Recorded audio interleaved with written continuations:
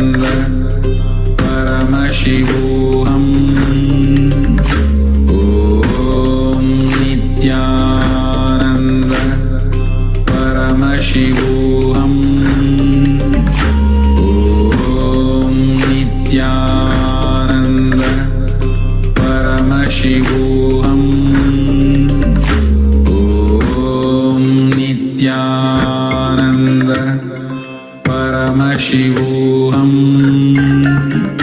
Om Nityananda Paramashivoham Om Nityananda Paramashivoham.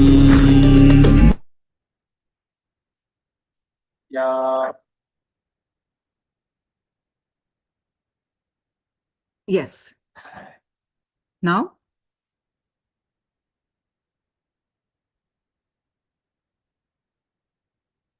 we'll move on to the power manifestation.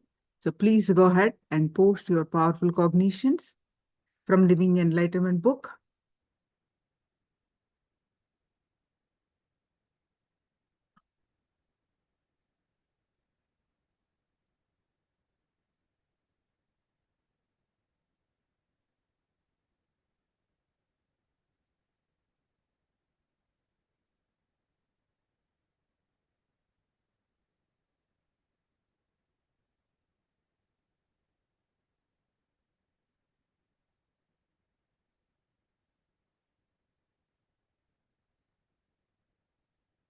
Please post your powerful cognitions from Living Enlightenment book.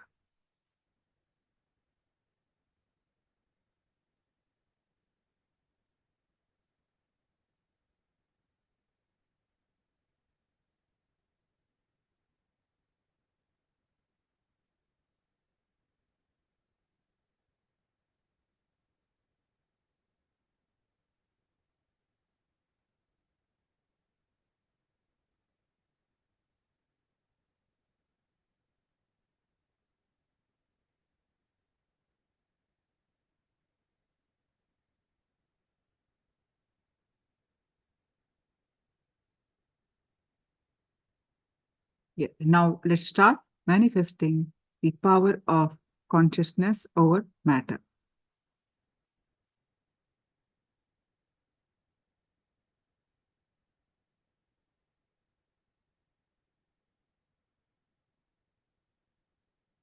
Now please sit straight with your head, neck, back straight line, and with your object, either a round a coconut or a round fruit. Take a minute. Please go ahead and bring your object if it is not already with you. Please collect an object, a coconut or a round fruit, and place it in your palm. If you're absolutely comfortable, you can place it on a silicone. And visualize Swamiji's form in your third eye. Any thoughts that are coming, let it come, let it go. You be in the space of unclutching and bring your awareness back to your third eye again and again and again. And with that space, start chanting the Mahavakya.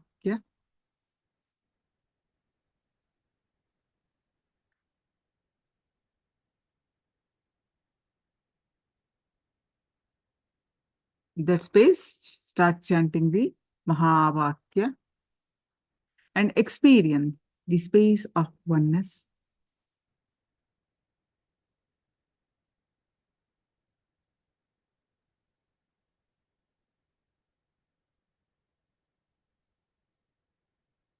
Now with that space,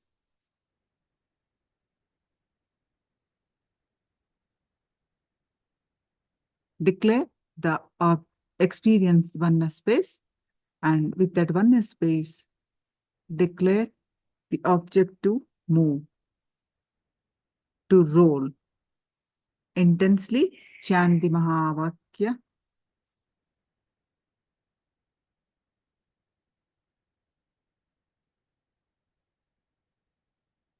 Paramashivoham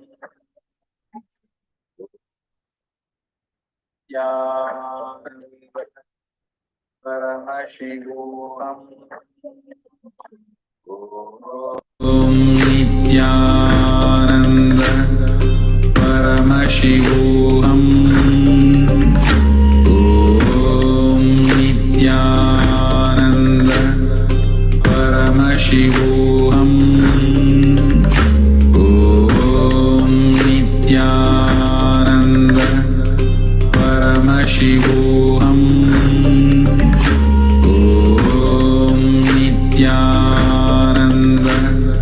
Paramashivoham. Om Nityananda Paramashivoham. Om Nityananda Paramashivoham. Om Nityananda Paramashivoham. Om Nityananda Paramashivoham. Om Nityananda Paramashivoham. Om Nityananda Paramashivoham. Om Nityananda Paramashivoham. Om Nityananda Paramashivoham. Om Nityananda Paramashivoham. Om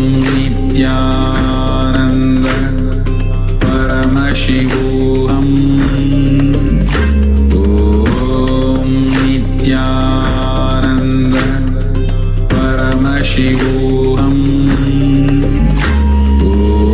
Om Nityananda Paramashivoham. Om Nityananda Paramashivoham. Om Nityananda Paramashivoham. Om Nityananda Paramashivoham. Om Nityananda Paramashivoham. Om Nityananda Paramashivoham.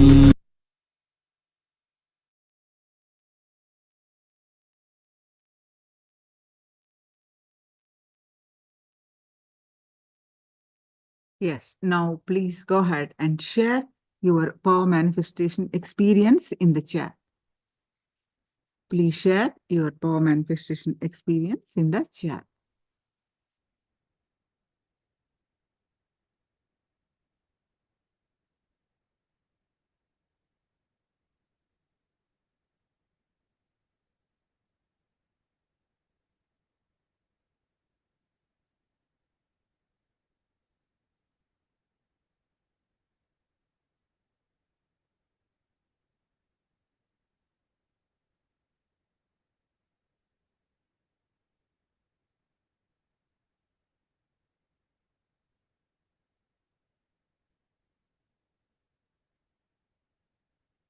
Yes. Now we're going to learn about the how important it is to have a deep feeling connection with the Guru, to have a strong Guru-disciple relationship. We have learned about the conversational relationship with the Guru, to experience Paramashivoham.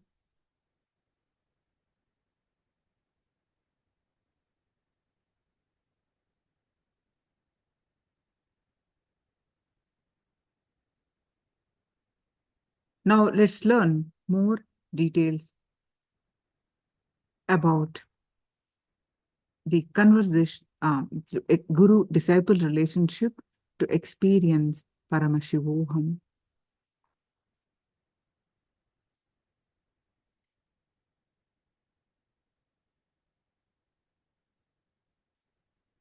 This initiation establishes the spiritual umbilical cord connection between you and the whole Guru Parampara.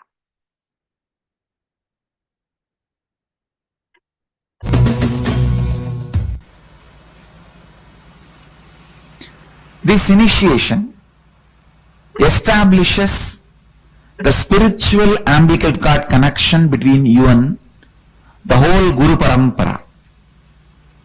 From Mahadeva, the knowledge is transmitted to Devi, from Devi, Kapila, from Kapila, Bhatmabhava, Vasishta, Parasara, Vyasa, Sukha, Gaudapada, Govindapada, Shankara Bhagavatpada, Sureshwaracharya. The whole tradition comes down till Nithyananda. And now that spiritual umbilical cord connection is done to you all. Through this, you become a formal disciple. Please listen. The Hindu tradition does not request or ask you to give up your earlier religion. It does not interfere in your earlier guru. It does not interfere in your earlier beliefs. It does not even ask you to change your earlier faiths. So by becoming disciple, there is no interference with your existing earlier religion, faith, sect or sampradaya, tradition, guru. Making it very clear. Through this initiation, you are formally awakened to experience the Nirvikalpa Samadhi and unclutching. An ability to connect with the Master's pure Advaita space. Please understand, whenever you feel you are not that confident about your Advaitic space, you can invoke the Master's pure Advaitic space, and that can hold you.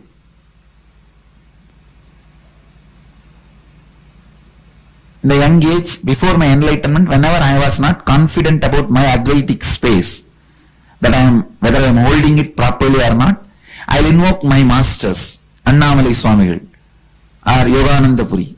Their Advaitic space. See how they will be. Let me be in that space.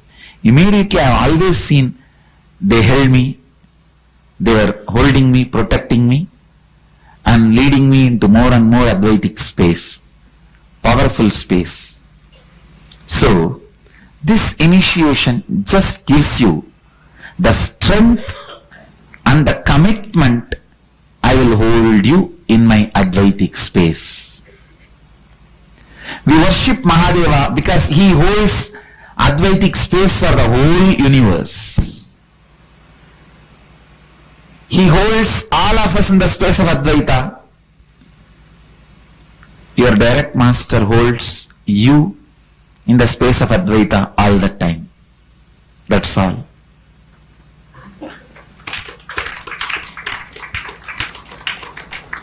Listen.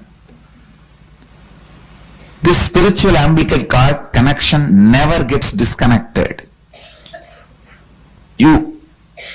If you do completion, you will live happily. Even while living, you will experience more and more miracles.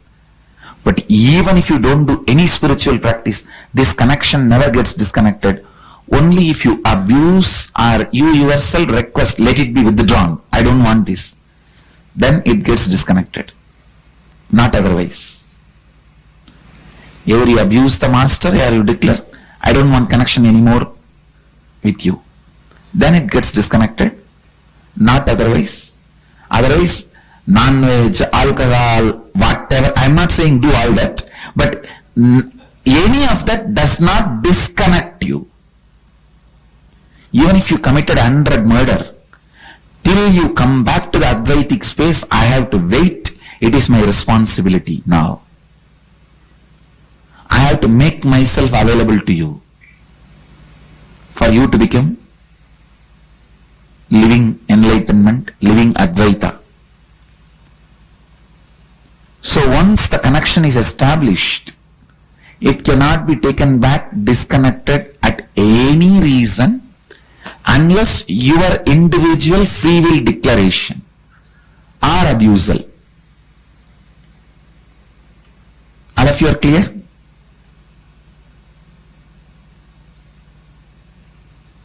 But you always have the freedom to withdraw. I don't have the freedom to withdraw from you, but you have the freedom to withdraw. Only if you withdraw, I can withdraw. As a mark of my respect for your freedom. Understand? Once initiated, before achieving the Advaita, if you leave the body, I have to make sure that you experience, at least in the next janmas, next births.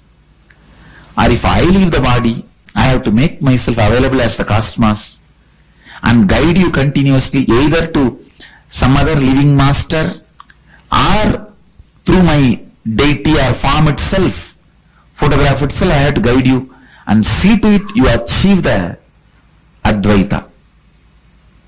That is why many times the masters who leave the body appear in the disciples' dreams, vision, and tell them to go to the other living masters.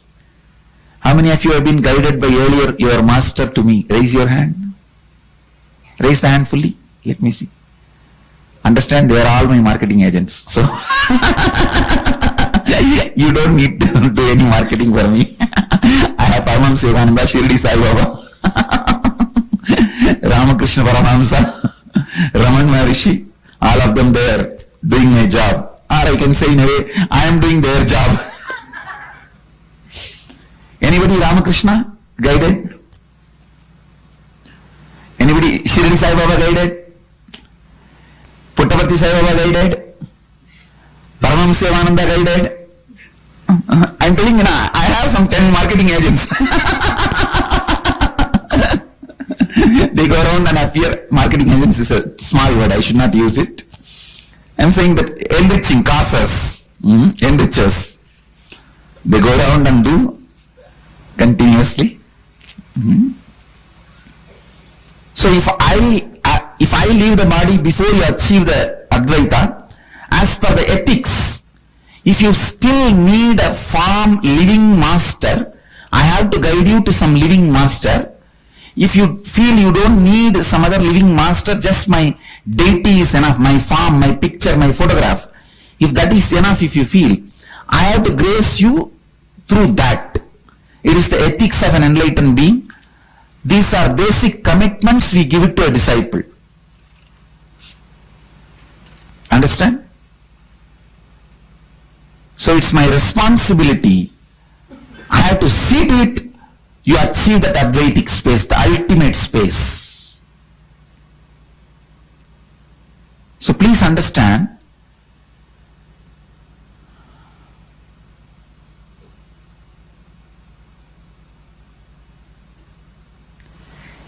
till you realize what I realize as me, I am responsible and I have to make you realize what I realize as me. What I realized as me, you have to realize that as you. That ultimate. The password to activate this umbilical cord connection, I reset the password very recently. Now it does not mean your earlier passwords don't work, but I have reset with a very strong connection. The new password, listen, that is what I call Mahavagya. Nityanandoham.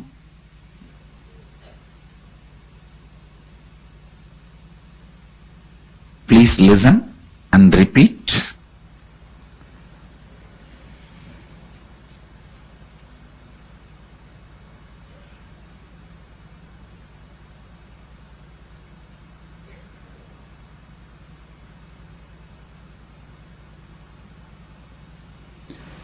Nityanandoham. Nityanandoham. Nityanandoham. Please understand, Nityananda means eternal bliss, the space. Aham means I am that. I am that cosmic eternal bliss. That is the meaning of that word. You can use in any language. If you are comfortable with the word as I gave, you can use the same word Nityanandoham. Or if you want to use in English, you can use I am Nityananda. Anything is okay. Whatever is comfortable for you. But if you ask my recommendation, I will recommend use the original Sanskrit word as it is. Nityanandoham. Because that is what I used it as a password.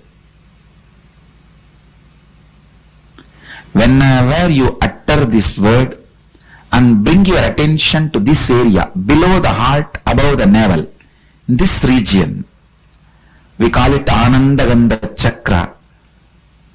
Adi Shankaracharya, one of the great master, he calls Mahadeva as Anandagandhavasi. Below the heart center, above the navel center, this area, remember this area, and just the moment you utter the word Nityanandoham, you will see I am holding you in the space of Advaita, supporting you, strengthening you, making you experience the space of Advaita and complete completion.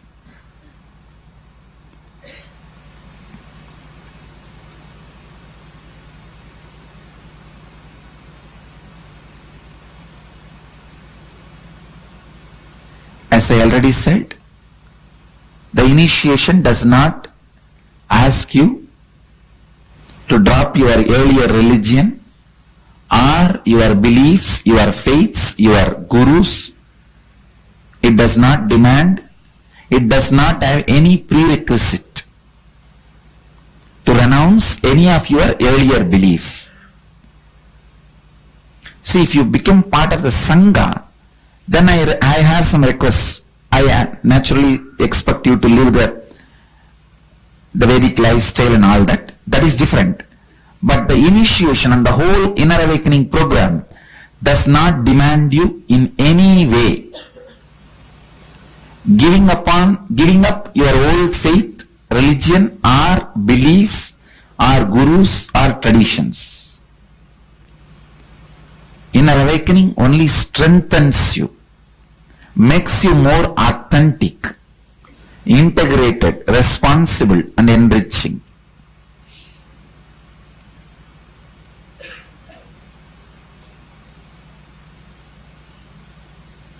Once the initiation happened, then you will see the moment you remember and utter the word, in that area you will see exactly the Kundalini moving, circling.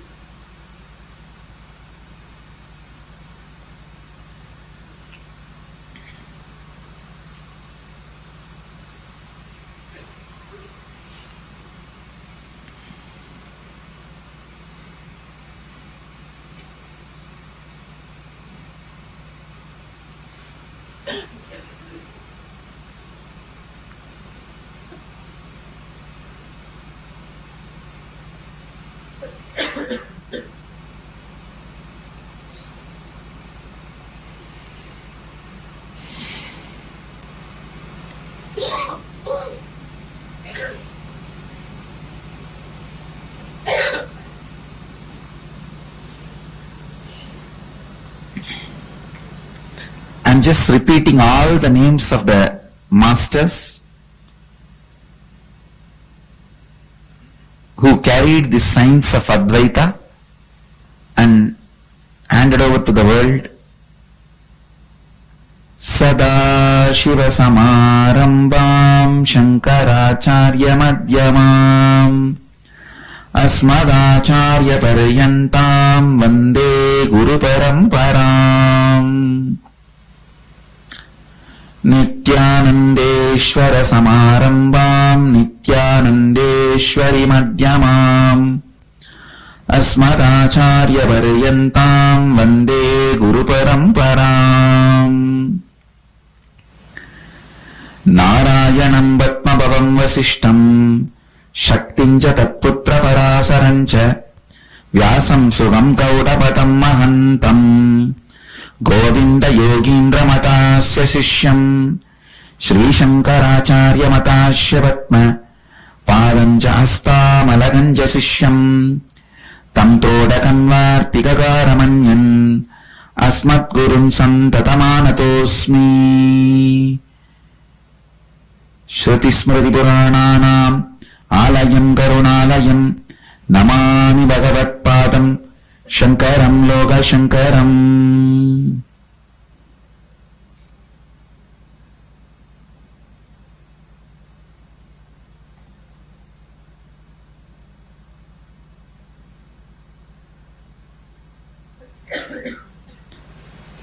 कपिलमुनिशमारम्भाम् शङ्कराचार्यमध्यमाम् अस्मदाचार्यपर्यन्ताम् वन्दे गुरुपरम्पराम्।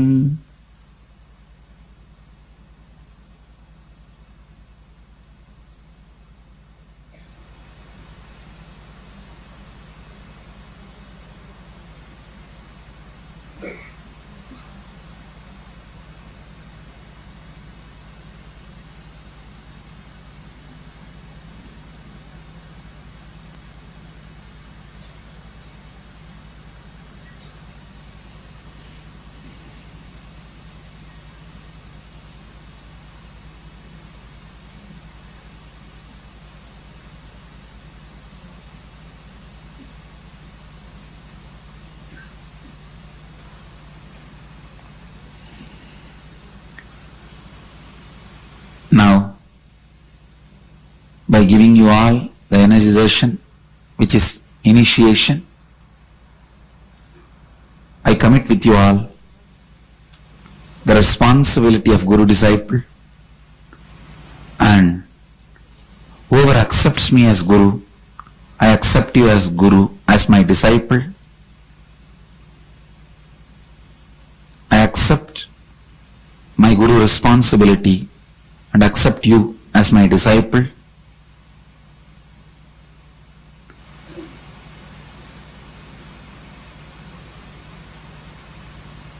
And commit with you all through this commitment.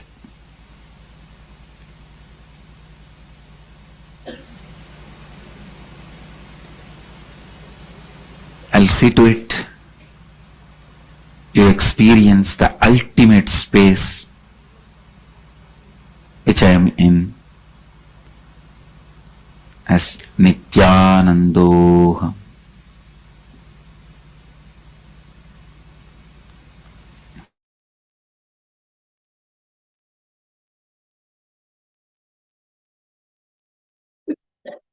Now, how a simple integrity with the Guru, simple obedience to the Guru can transform us.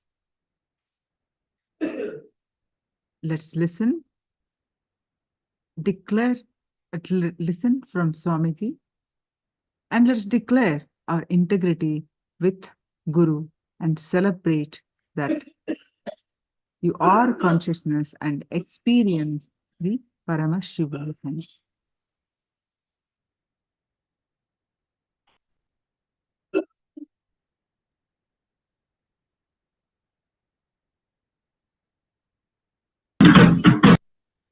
With the grace of Parashakti, let's enter into today's satsang.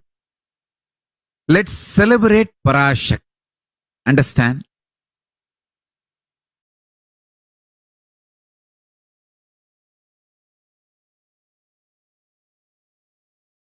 The moment you celebrate, you are consciousness. Parashakti just manifests through you.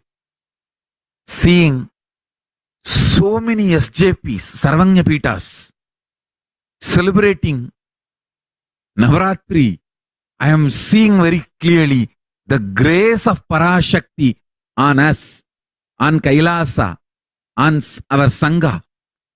Last year, Navaratri, we had only one Sarvanyapita. That is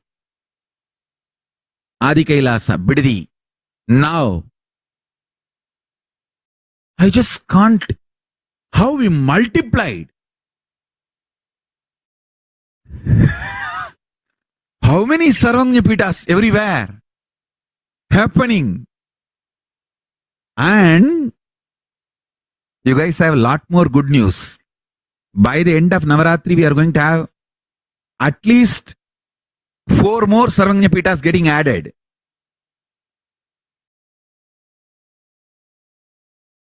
Properties coming, litigations getting solved, all the auspicious things happening. Understand? Devi's grace, Parashakti's grace. We are just expanding. Beautifully. The Kailasa is happening everywhere.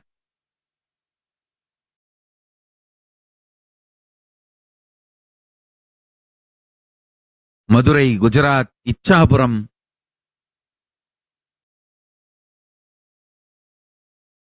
How many have expanded?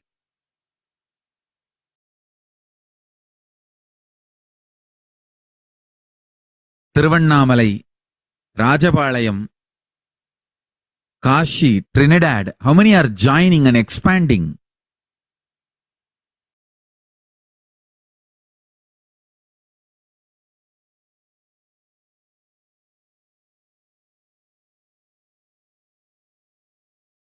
Understand?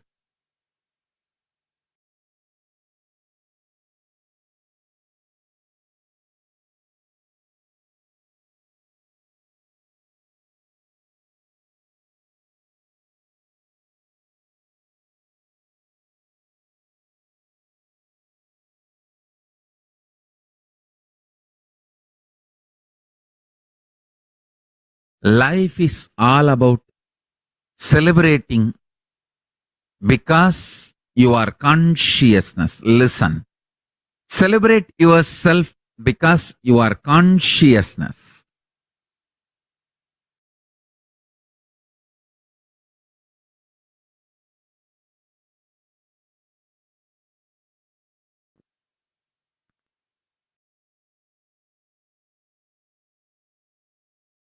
When you celebrate yourself because you are consciousness, you attract too many good things.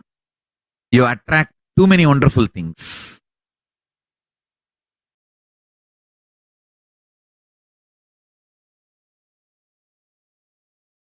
I was explaining about the science of levitation from yesterday.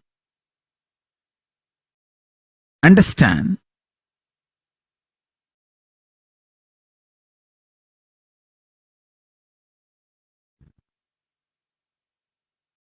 Each fundamental force has its own Sankhya, rational, logic. Please listen.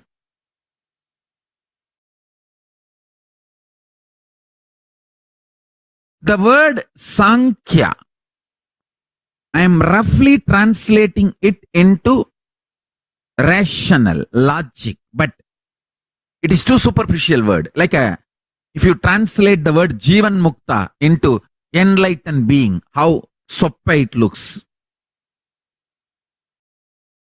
Same way only, the Sankhya, if you translate that word into rational or logic, it is soppa. But no other word. Maybe I can come up with a new word called multidimensional logic. Sankhya is multidimensional logic. See, each of the fundamental force, like a gravity, has its own Sankhya. its own Vaiseshika, its own Nayayika. The logic with which it exists, logic with which it operates, logic with which it expands. Listen carefully.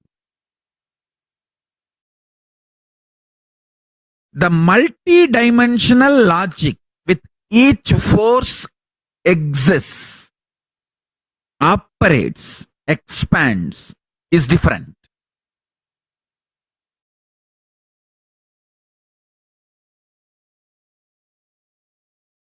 Science is still able to grasp only certain dimension of gravity and certain dimension of time, certain dimension of space. I don't think even about space they were able to come to a deeper conclusions.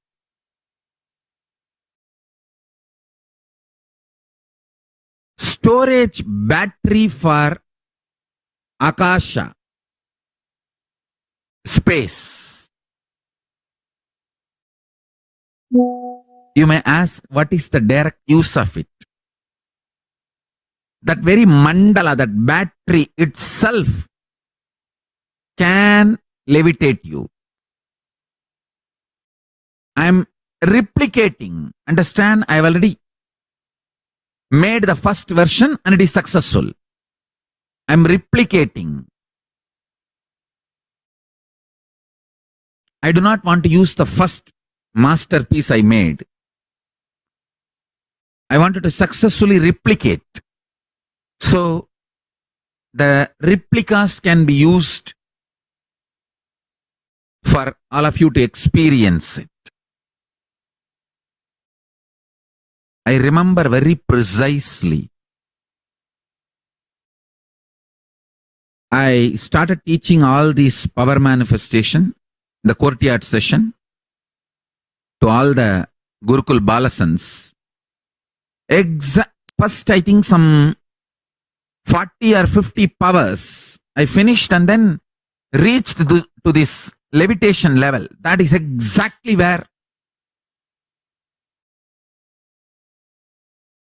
the attack by the anti-Hindu forces started.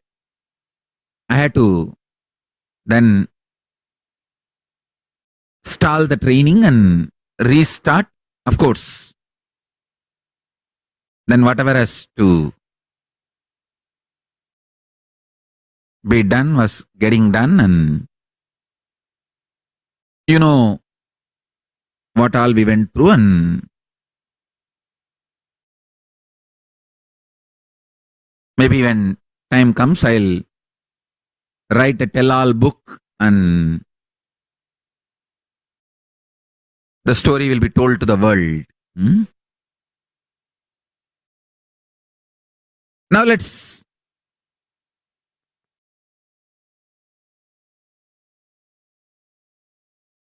understand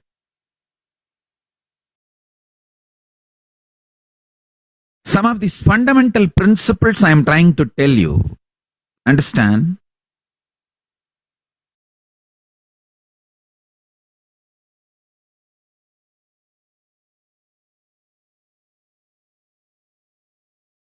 Just like gravity is a force, space is existence.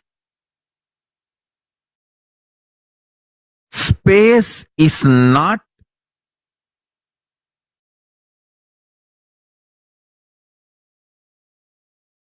a non-existing entity because you do not know how many ways the space has direct impact on your life.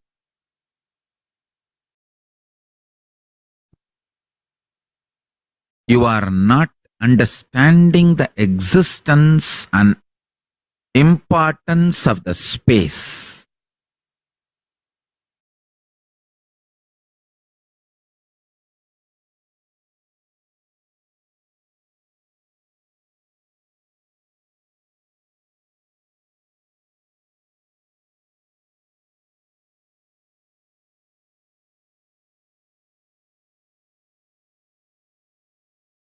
even as simple as having haritaki powder and cleaning your stomach and sleeping with the restful awareness can give you the glimpse of what a powerful space inside you can do to your life outside you. Please understand. I am talking from multi-dimensional logic, Sankhya, rational of reality, truths of vertical time zone.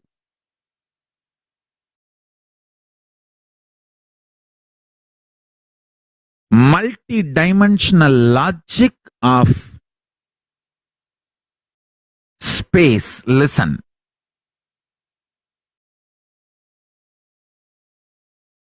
Having clean stomach and having deep sleep can change the way people around you react towards you. Understand? Because I know the multi-dimensional logic of the space, I am making this statement. If you remove the clutter, chaos, confusion, delusion, the agitation which pushes you to react constantly and even start fighting within you, in your head, if you just clean them up, suddenly you will see the space you are living. You will have a better home, beautiful place. Suddenly the way people respond to you, the situations you attract in your life, all that becomes different.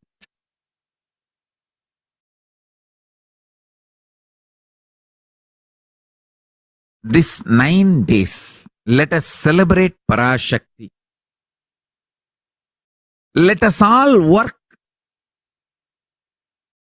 on celebrating ourselves because we are consciousness. Listen, it is too simple.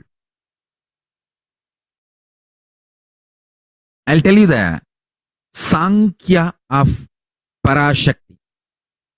I don't want to disrespect Parashakti in any way by using the word, the multidimensional logic of Parashakti. I think surely I will not disrespect Devi Parashakti. But for the sake of all of you to understand, I am talking this. Listen to this.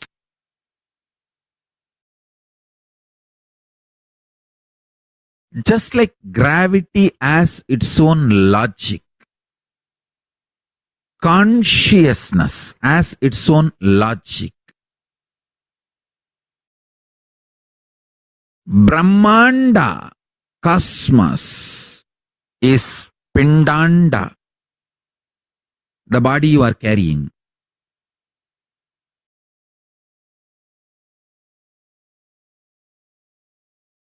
If you decide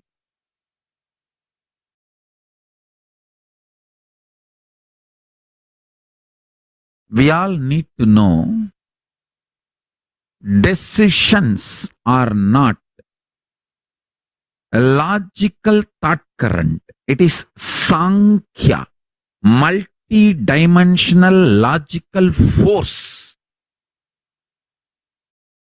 Sankalpa is not one more thought or idea you have.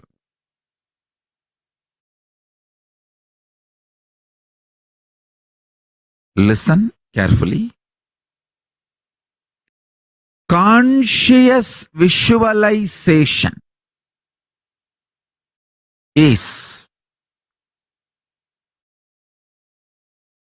impacting your inner and outer reality in multi-dimensional way. Conscious visualization is the Sankhya, multi-dimensional logic,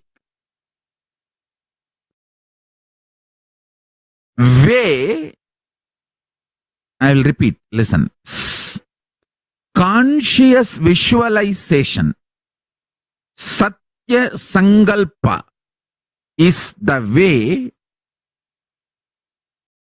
you can impact your inner and outer reality drastically.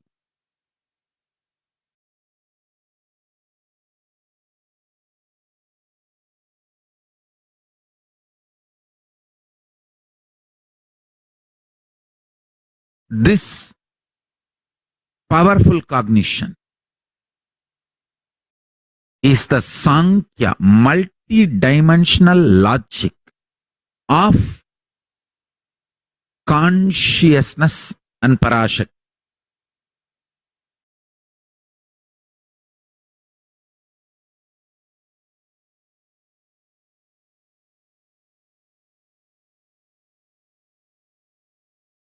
We all underestimate the power of conscious visualization.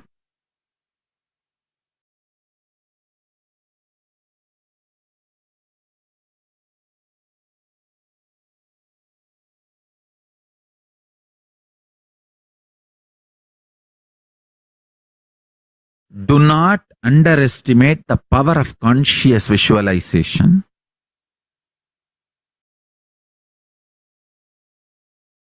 Because conscious visualization directly impacts the space, Akasa Tattva. Akasha Tattva is powerful enough to manifest what you want in your life.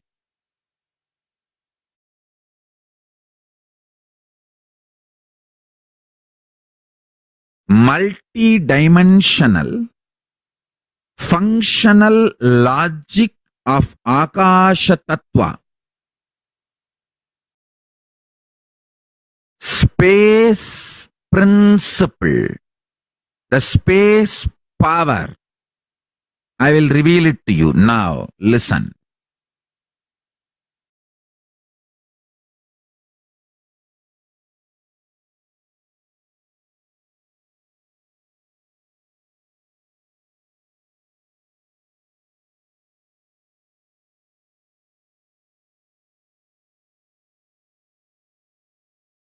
What I am revealing now will become reality to all the beings who declare their integrity to me. Listen.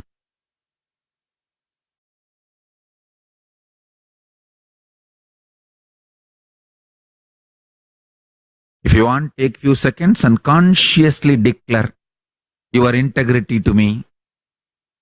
It does not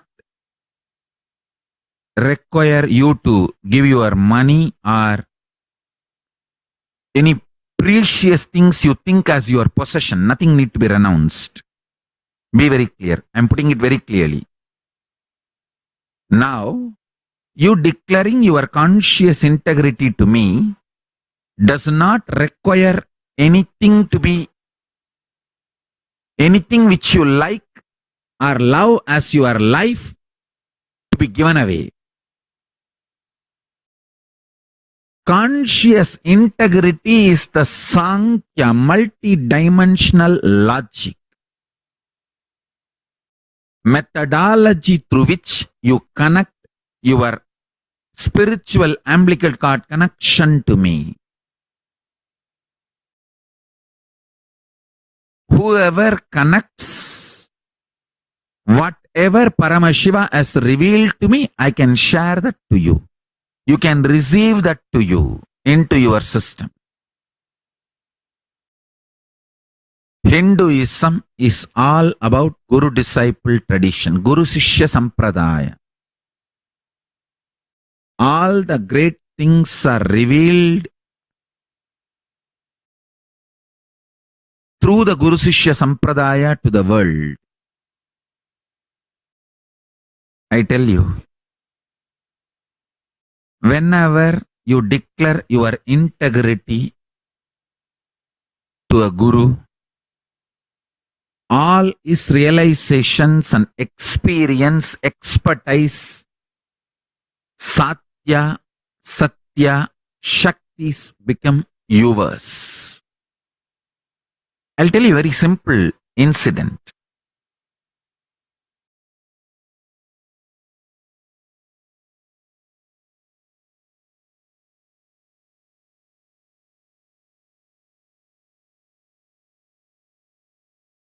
I heard this conversation between Raghupati Yogi, Kuppammal and Panduranganar. Once the Panduranganar was supposed to go to Kanchipuram to have some clarification about the Shastras from Tondemandala Adinam. That time the Guru Maha Sannidhanam was 230th Guru Maha Sannidhanam. So Raghupati Yogi and Kuppammal advised Panduranganar to have darshan of Kanchi Paramacharya also. That time the Paramacharya, Sri Chandrasekharendra Saraswati Swami, was in the body. So Kuppammal and Raghupati Yogi, both of them are telling, go and have his darshan.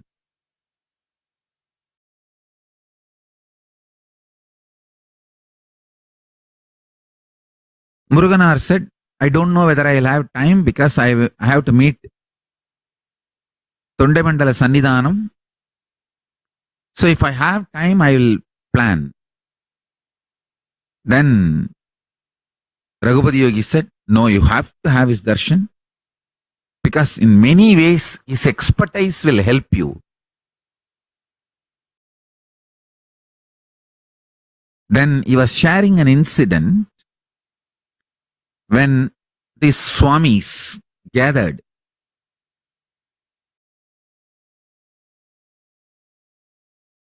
to declare me as an incarnation when I was 3. They all had a kind of a gathering and formal way of confirming that I'm an incarnation. Successfully happened. Actually, when an incarnation happens in the body, there is every possibility within 21 months, he may not be able to settle in the body and leave the body. So it takes 21 months for them to confirm that I am grounded in the body. So after the 21 months, they all had a kind of a happy celebration that I am grounded, I am settled, I am going to live. So for that function, they wanted to have the blessings of Paramacharya and Tondemandala Sannidhanam and went. Tondemandala Sannidhanam personally took Raghupati Yogi to Paramacharya and the Paramacharya not only blessed, and he also told his assistant to get a bamboo stick and told that assistant to put that bamboo stick in front, and he touched 3 times, told the Tondemandala Sannidhanam, and take this and give it to that boy, make him do the Chaturmasya.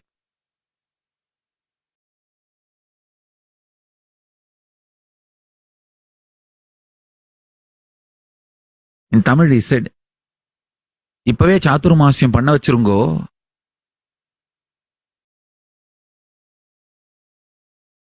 பிறகு சாதுர்மாசியம் வச்சுதான் வயசை எண்ணுவா. It means actually the age of the sannyasi is calculated only number of the chaturmasya he has done. So whoever has done the largest number of chaturmasya, he is considered to be the greatest sannyasi. So he instructs them, make him do chaturmasya from now itself so that count starts. So my chaturmasya count has started from the time I was 3.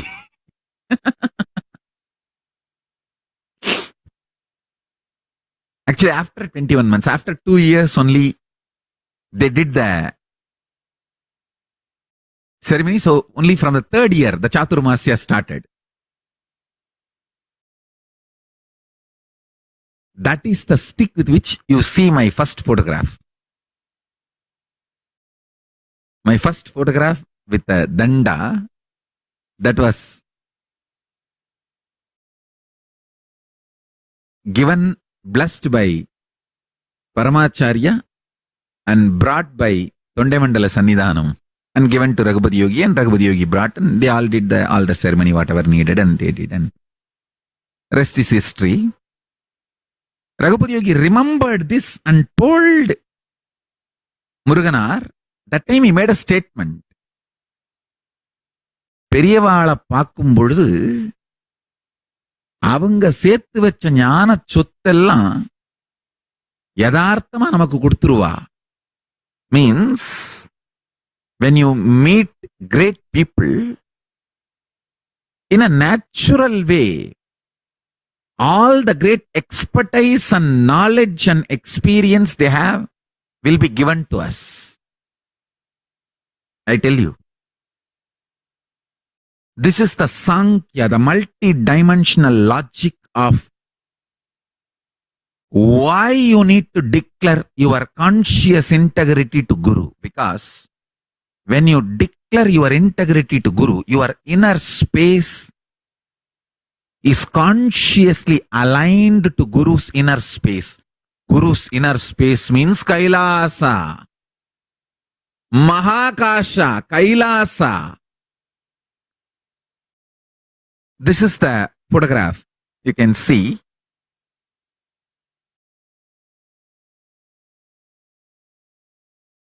With that stick. I think the stick was too tall for me to hold, and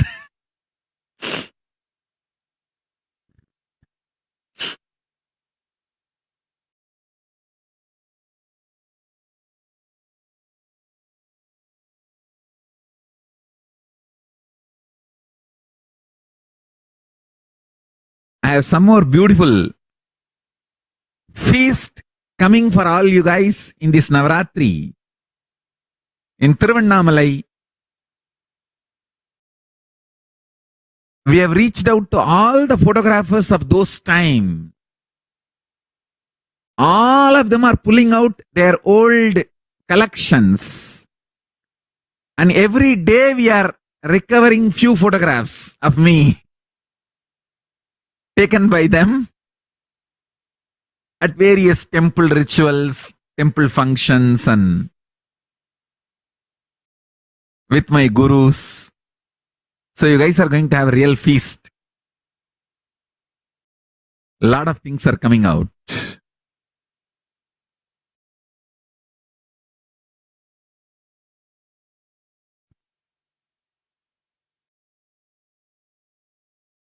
Understand, Sankhya, multi-dimensional logic of your inner space, you need to understand. When you declare simple integrity to the Guru, you do not lose anything, but you gain everything.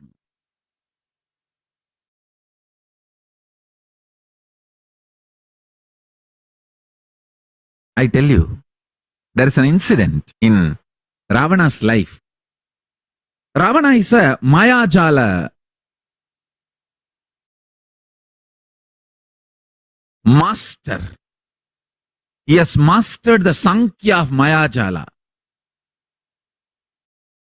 the multidimensional logic of Mayajala.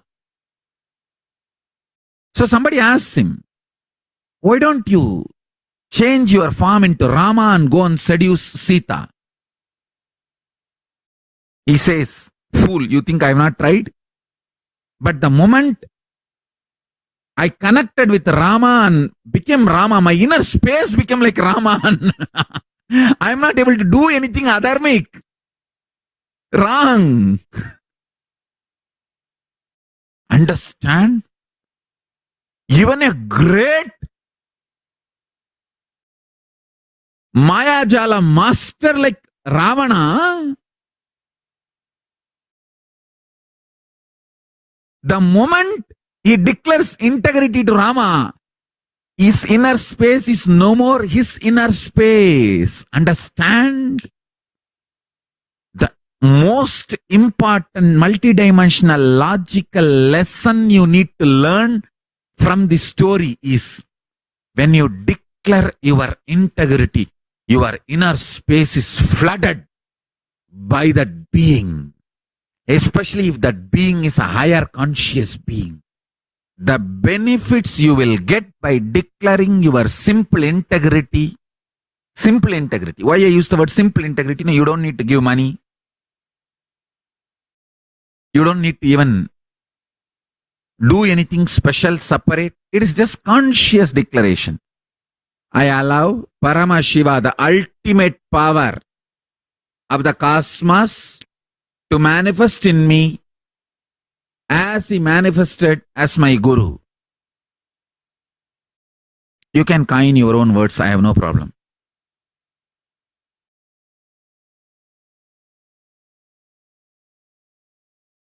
You can even say, let Paramashiva manifest as much as he has manifested in my Guru, in me. Or you can say, let only the Paramashiva component of my Guru manifest in me. Because some people doubt, maybe I have little Paramashiva, the Swamiji has little Paramashiva and little his own component. So you can say, I declare my integrity only to the Paramashiva component of Swamiji. I am okay with that also. I don't have a problem because I have nothing else other than Paramashiva component. There is no other component in me other than Paramashiva component. So you can very safely play the game. I declare my integrity only to the Paramashiva component of Swamiji. If there is something other than Paramashiva in Swamiji, I don't want that. I am not declaring my integrity to that. You can put a big disclaimer and declare also. I have no problem. Because I do not have anything else other than Paramashiva component in me.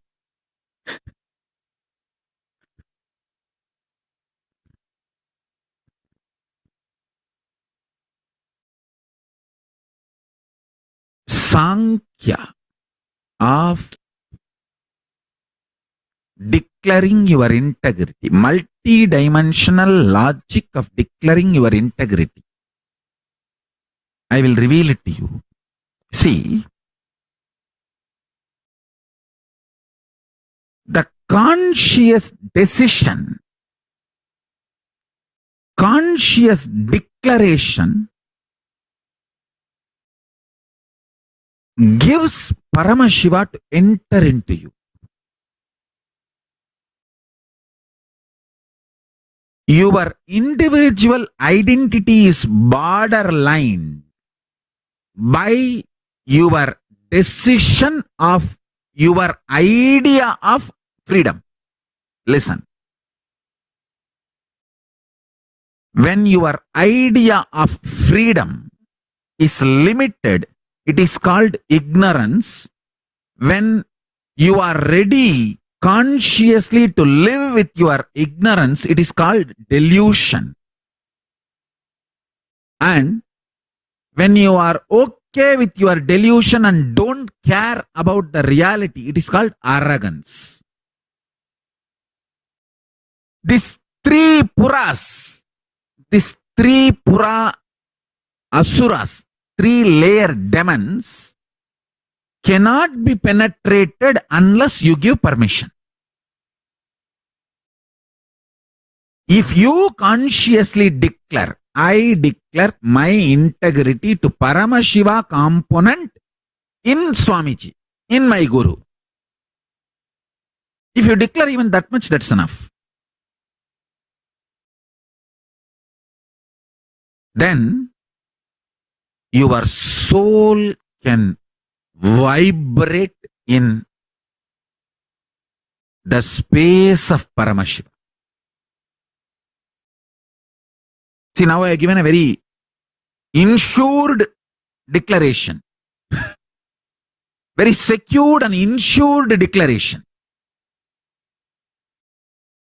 You can make a clear disclaimer. I declare my integrity only to Paramashiva component of my Guru Nithyananda Paramashivam. And non-Paramashiva component, I am not declaring my integrity. You can clearly make it. I don't have a problem. So you feel very secured and insured.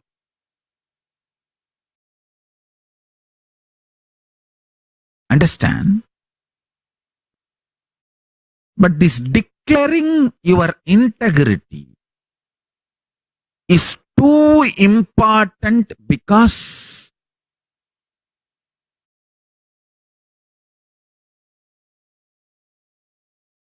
this is the Sankhya multidimensional logic of consciousness. Only then consciousness can enter into your being and awaken you. This Navaratri, let us make as many people as possible declare their simple integrity to Paramashiva and celebrate themselves as consciousness. Celebrate themselves because they are consciousness, not because of their money, their power, their positions, their social power, political power, or anything, their beauty, age, health. Celebrating themselves because they are consciousness.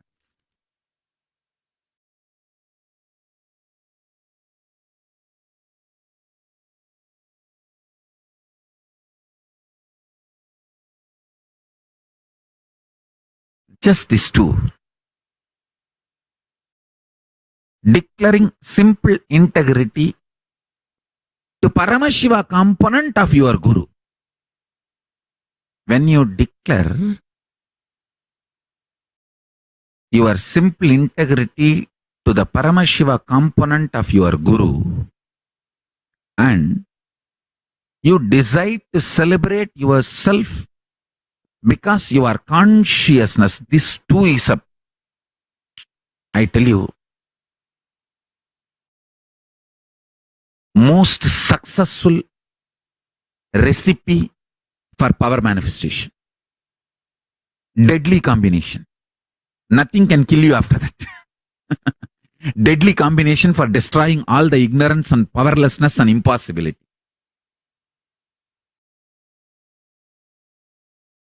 This too is the most multidimensional logic of multidimensional magic. Sankhya of Parashakti.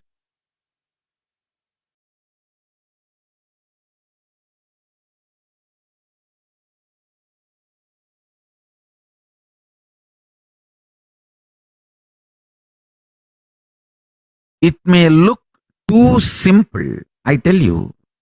See, when you eat, decide. Navaratri, I decided this 9 days I will celebrate myself because I am consciousness. So now as consciousness I am going to eat.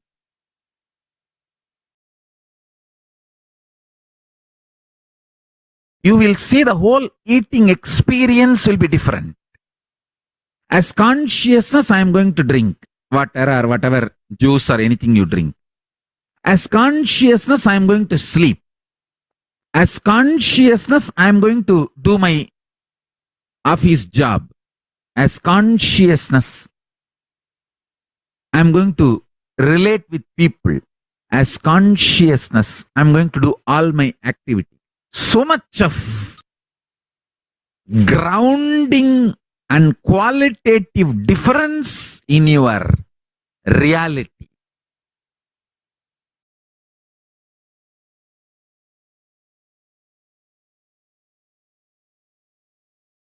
This whole Navaratri, let us celebrate because we are consciousness. Navaratri is the beautiful celebration. Devi who received Agama, Vishnu who made the Agama as the software for the whole universe. Both of them are celebrated. On this auspicious 9 days, Vishnu brings Veda and Agama from the dark energy during the manifestation of the universe in the form of fish, Matsyavatara, and lands it on the planet Earth. That is why the Pandya kingdom, the earliest kingdom, as a fish, as their emblem, as fish as their emblem. From Matsyavatara, they took the emblem of fish. Because the most ancient civilization after the great deluge, Vishnu brings the whole Manu's boat and Veda Agamas, the whole thing, and restarts the civilization. That has happened in Pandya land. That is why the fish is the official government symbol of Pandya kingdom. Matsyavadara happened twice. Once to bring the Vedas and Agamas out from the great deluge and give it to Brahma. That's once. Second time, to pull the boat of the Manu from the great deluge, Pralaya, and restart the civilization. So, when Vishnu restarted the civilization with the Manu's boat, that was Pandya kingdom. That is why the Pandya kingdom has fish as their emblem, official emblem. Karaikal is the place where the boat was brought to the land by the Matsyavatara. From there, the whole Pandya civilization started. Listen, this 9 days Navaratri, let's make as many people as possible declare their simple integrity to Guru and celebrate themselves because they are consciousness. Enrich the whole world through social media in every possible way. Start flyering, inviting people to Nitya Satsang. Bring them to Nitya Satsang, that's enough. I will make them understand. I will give them the Sankhya of Parashakti. Multidimensional logic of Parashakti. Now, just these two. Again, declare your simple integrity to Paramashiva component of Guru. Your Guru, Nithyananda Paramashivam, and celebrate yourself because you are consciousness. You will see Parashakti manifest. Let's start. Sit straight, close your eyes, declare your simple integrity and chant the Mahavagya. Om Nityananda Paramashivoham.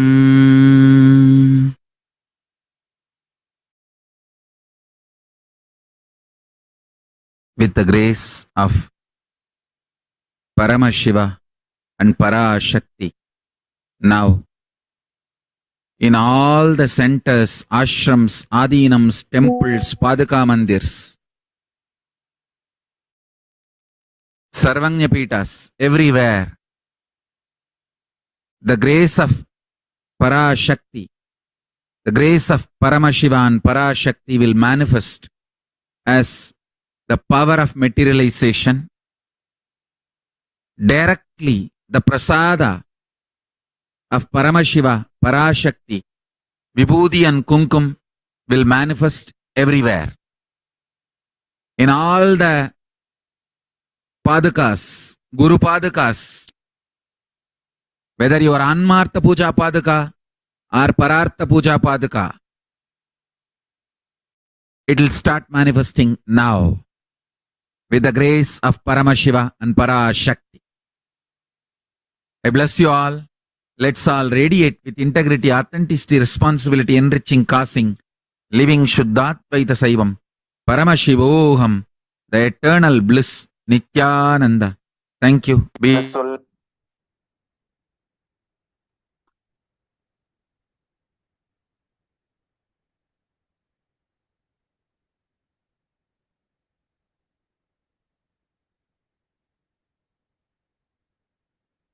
Yes.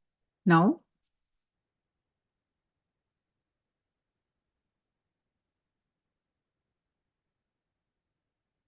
let's enter into our next session.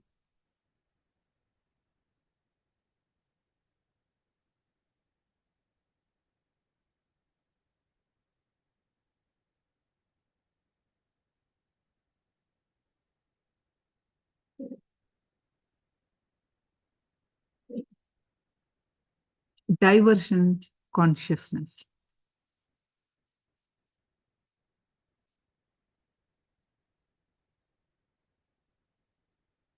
What diverts us from experiencing Paramashivoham, experiencing our highest state of consciousness? Let's understand this.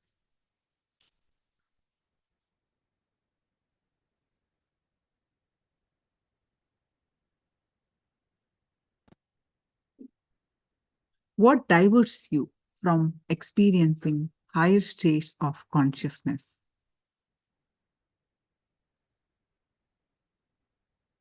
With the training and blessings of the Supreme Pontiff of Hinduism, let's understand this.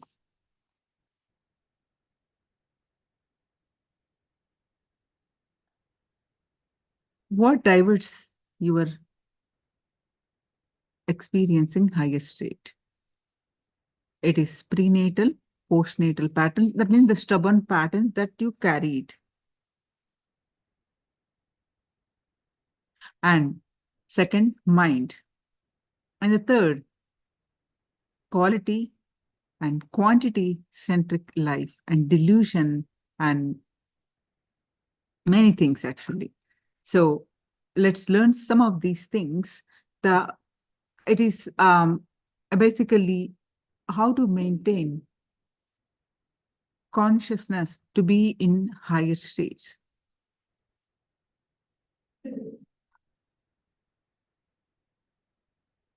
The karma is prenatal patterns and postnatal is called patterns.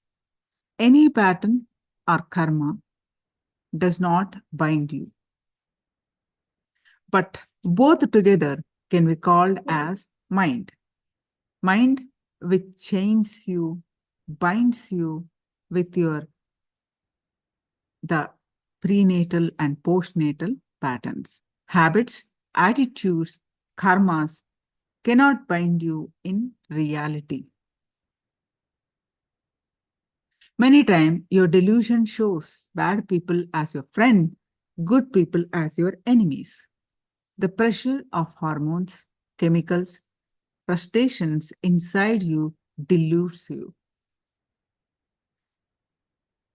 Now, break from all patterns.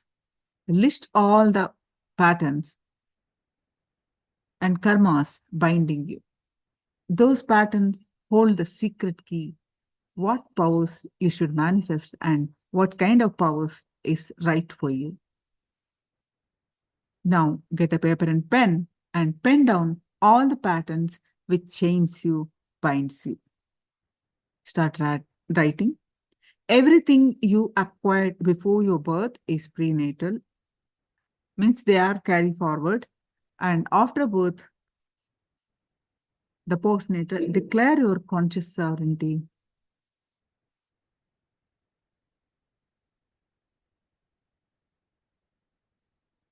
How to maintain your consciousness to be in higher states. Mind is drug. It is not chain. It's only like alcohol. Tomorrow morning, its effects will not be there on you. That kind of a moodiness of your mood is a drug. The drug's impactedness of your mood is mind, which is like a drug. Fear is a substance out of which your mind is formed. That substance, fear itself, is moodiness of your mind. It is not even that permanent mood. When the lust comes, the fear just disappears because it is only moodiness of your moods. Fundamentally, mind binds you, chains you through many obsessive, reactionary behavioral patterns, many other bondages, illusions, and delusions. Mind takes away the conscious sovereignty of the human being, and it takes away the best things that human beings can exist naturally and dharmically, the righteous way. A simple human existence and the best things that simple human conscious existence can manifest. Everything is hijacked, taken away, chained, and bound by mind. Mind gives you the freedom of choices and options by taking away your conscious sovereignty. When you start manifesting ferociousness and break the patterns, manifest powers, your mind is transformed into supermind. Your brain, as of now, is drugged with a drug called mind. Chidananda Subhava Amrita technique. If you know your conscious sovereignty even in one dimension, even if one click starts happening and clicking, that nectar starts getting you out of the drug called mind.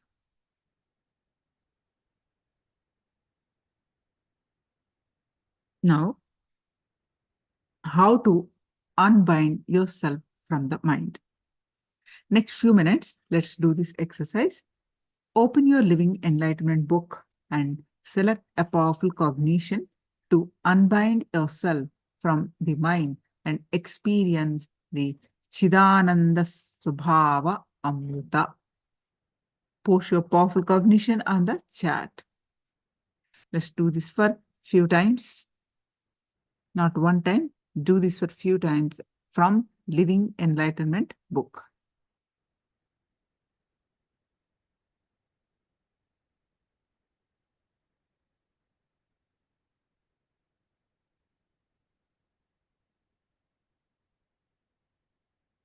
All of you have the book.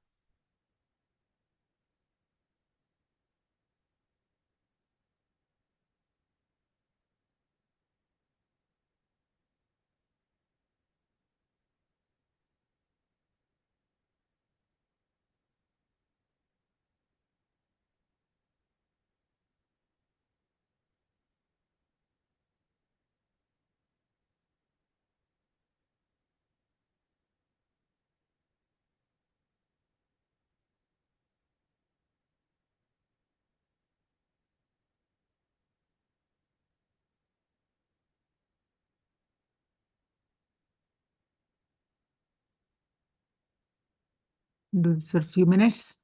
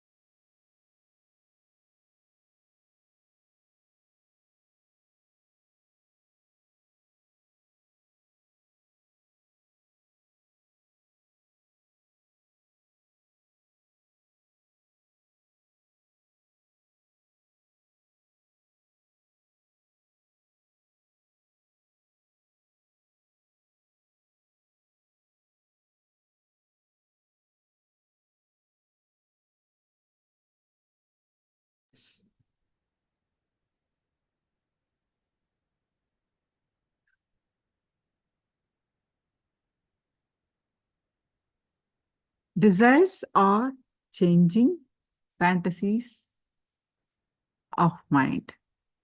Wonderful.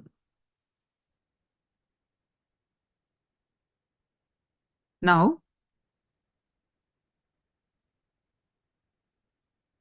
for Paramashiva to manifest in you, just unclutch.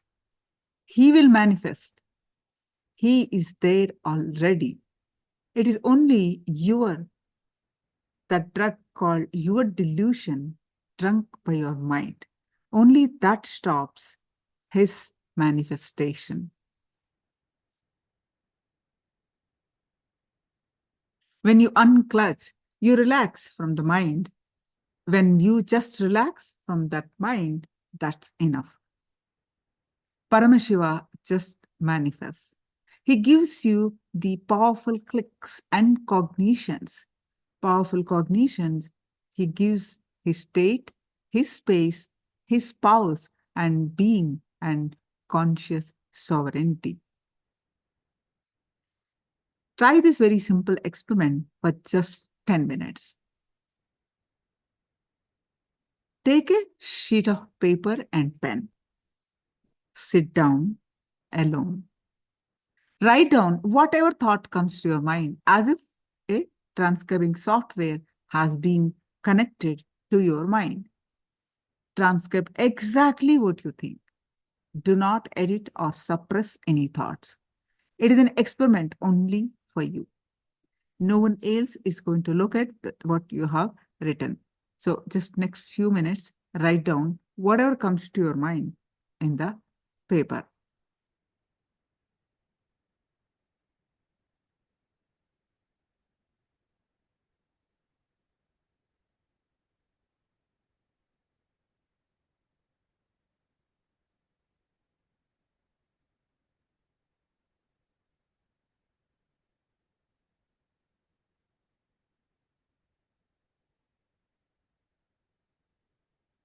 Yes.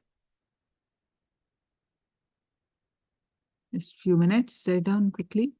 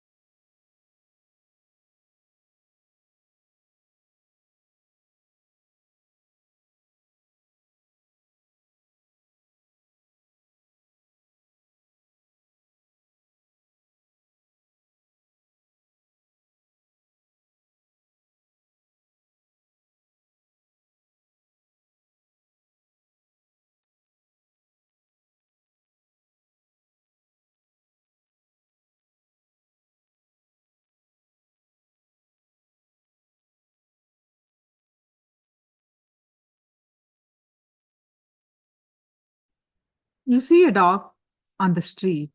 Immediately, you remember the dog you were afraid of when you were young and the one that you used to play with when you were young. The next thought could be about your childhood. The third may be your teacher and the room you used to sit at school. The fourth may be about the house where your teacher used to live. There is no logical connection between the dog and that you recently saw on the street and the teacher who taught you in school. However, in a few seconds, you simply jump from seeing a dog to your childhood teacher. You can see that your thoughts are just moving, drifting from one thing to another. We can't even call this thinking. It is just association. That's all. You associate with the dog, with your childhood with the teacher, and so on. The conclusion is actually, if you do this exercise just once, the very understanding that it gives you will transform the way you think about yourself and how you treat yourself and others. Your whole life will be transformed.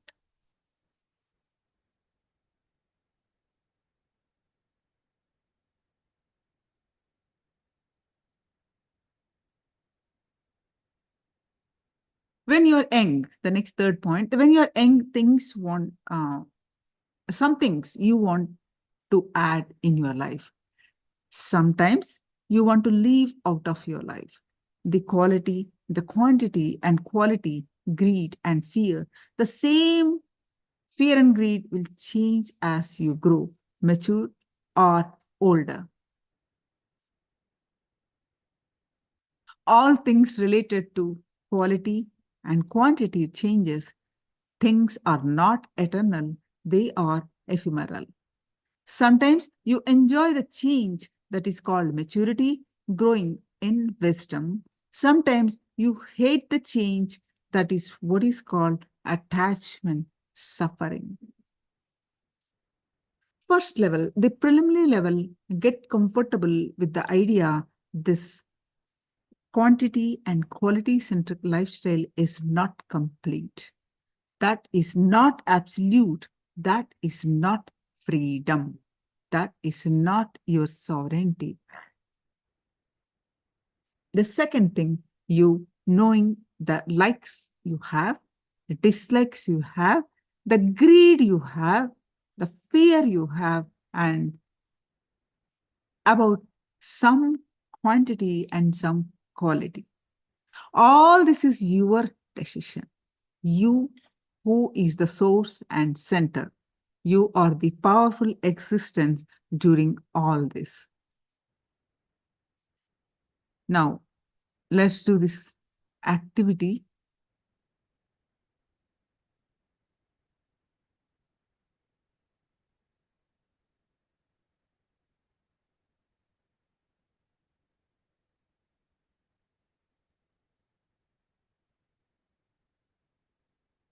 Take all this into consideration. What you firmly like, what you firmly hate, what you are greedy for. Example, come what may, I'm not going to leave this person. I'm not going to leave this luxury. Come what may, I will never see this fellow again. Come what may, I will never go to that place again. Okay, as long as this money is there in my life, I will enjoy. When I'm not able to handle the pain I have to go through to keep this money and keep this person, when it becomes high maintenance, I will drop. So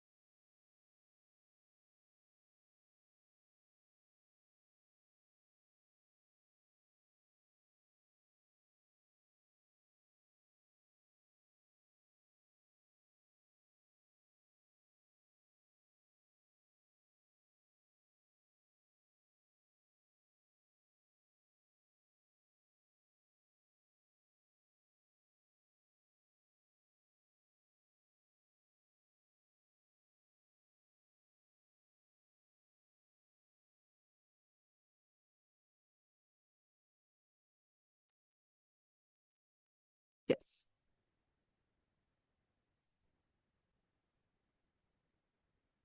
Delusion. How to maintain your consciousness to be in higher states. How to address delusion.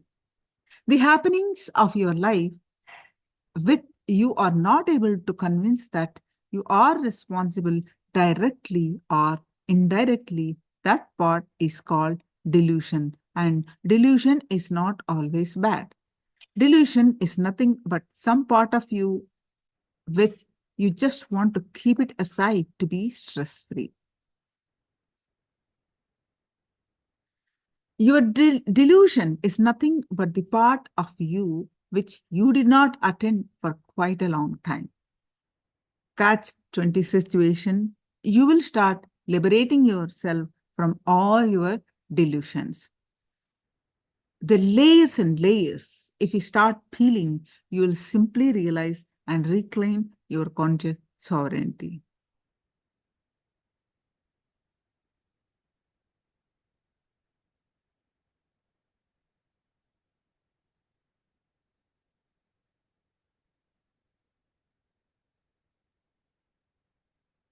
So, catch 20 situations, you will start liberating yourself from your delusions. Please do this activity.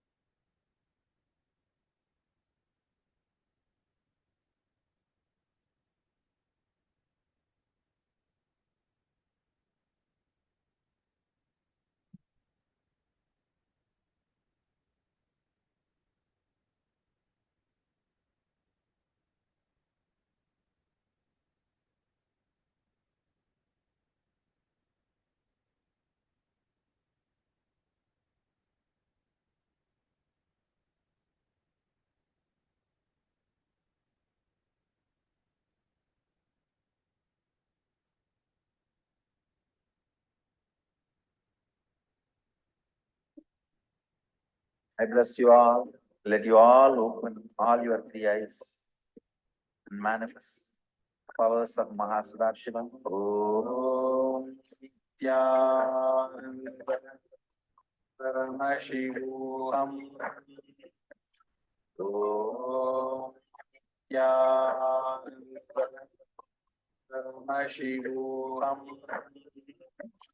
Om Nityananda Paramashivoham. Om Nityananda Paramashivoham. Om Nityananda Paramashivoham. Om Nityananda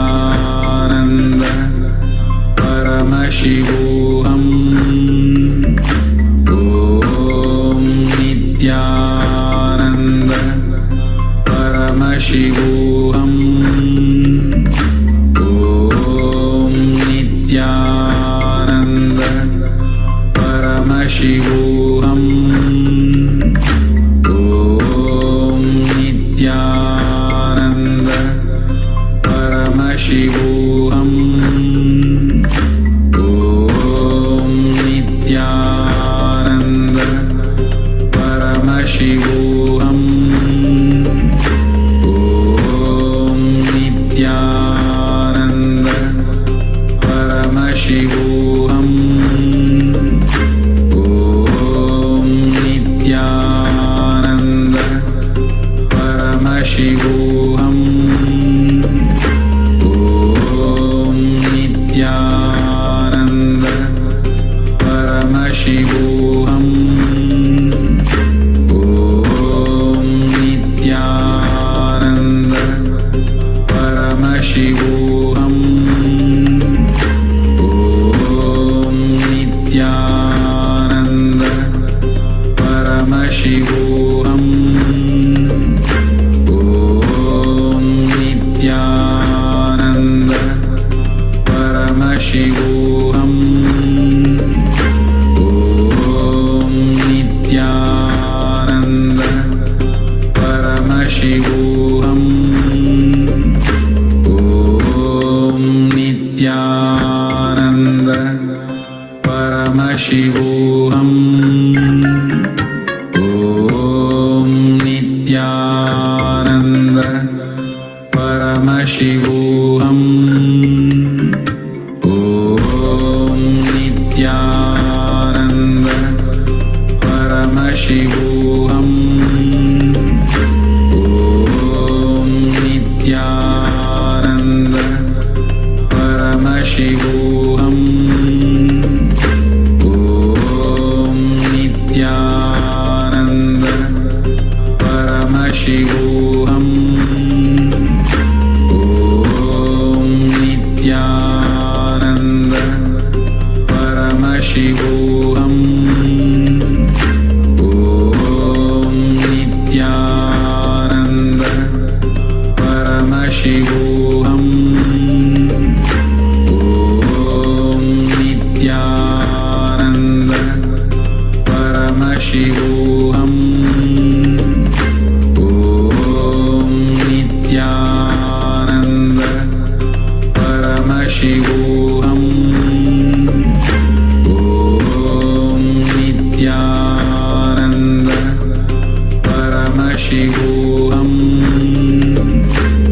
Om Nityananda Paramashivoham Om Nityananda Paramashivoham Om Nityananda Paramashivoham Om Nityananda Paramashivoham Om Nityananda Paramashivoham Om Nityananda Paramashivoham Om Nityananda. Yes. Now we will move on. All delusions are designed ultimately to enlighten you. If you understand you are responsible even for your delusion, you will not feel bad to take responsibility for your delusion. Shani comes into your life, the Rahu comes into your life only to wake you up to Guru and give you enlightenment. Understand, even your delusion is nothing more than you just slapping your face and waking yourself.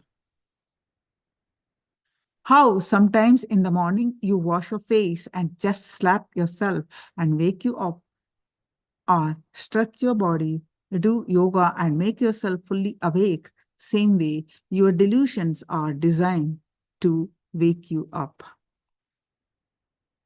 The so-called negative patterns, bondages, chains which binds you, your mind, your self-doubt, your self-denial, self-hatred, even all of this is the choices you took. Maybe out of delusion, but that does not mean it is bad. When the delusion becomes strong, you will simply wake up to the next level of consciousness. Your decision to fall into the lower conscious identity naturally invites nightmare in you. Your decision to wake up to the higher identity not only will throw away the nightmare, it can throw away all your delusions and illusions. Working on your conscious reality will wake up to your conscious sovereignty in you that will solve millions of problems you are facing in your life, even in a very practical, strategic way.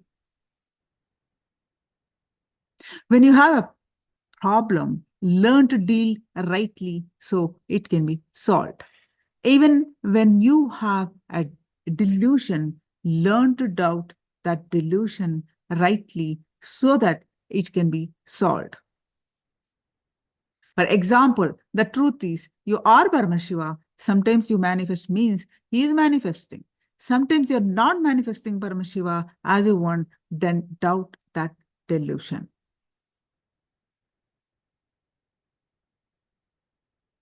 Now, sit and start penning down how your conscious sovereignty is working on dimension.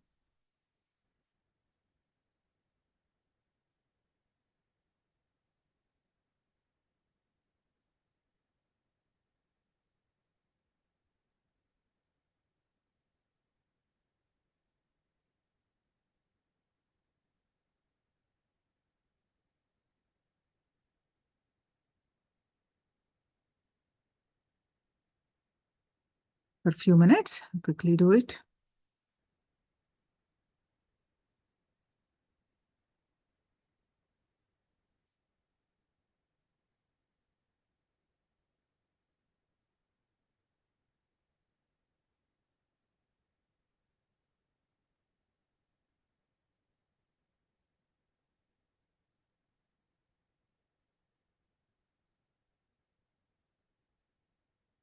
Yes.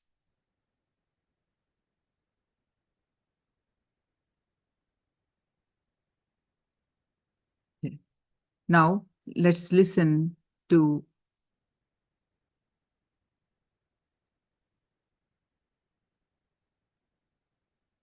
Swamiji on experiencing the ultimate divine possibility of our highest existence.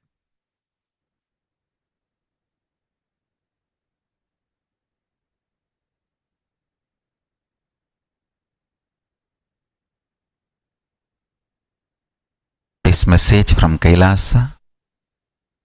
The English spelling of Kailasa is now stands in Agama. Kailasa is spelled by Paramashiva's own words. As per that, we have made English transliteration. So please, all of you, update all the Facebook page, everywhere. The spelling of Kailasa in English language, SRIKAILASA. SRIKAILASA.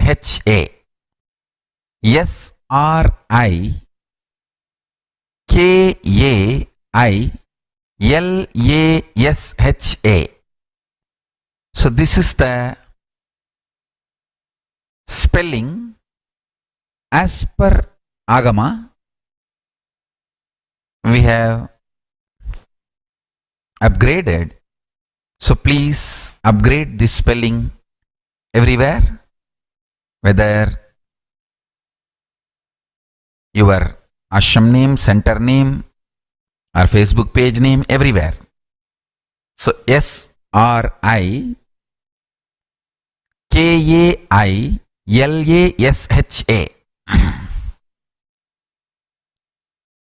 Sri Kailasa.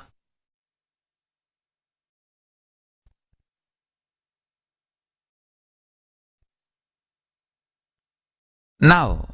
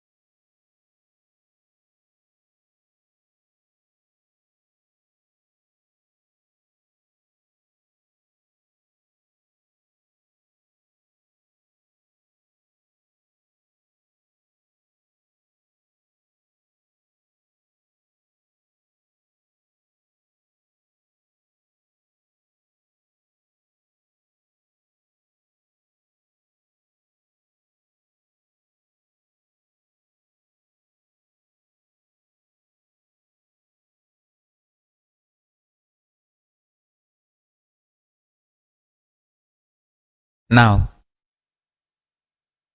today's message from Kailasa, Paramashivam Jnana and Vijnana, listen. Possibility and power manifestation science is the ultimate life positivity. Listen. Possibility and power manifestation science is the ultimate life positivity. Listen intensely.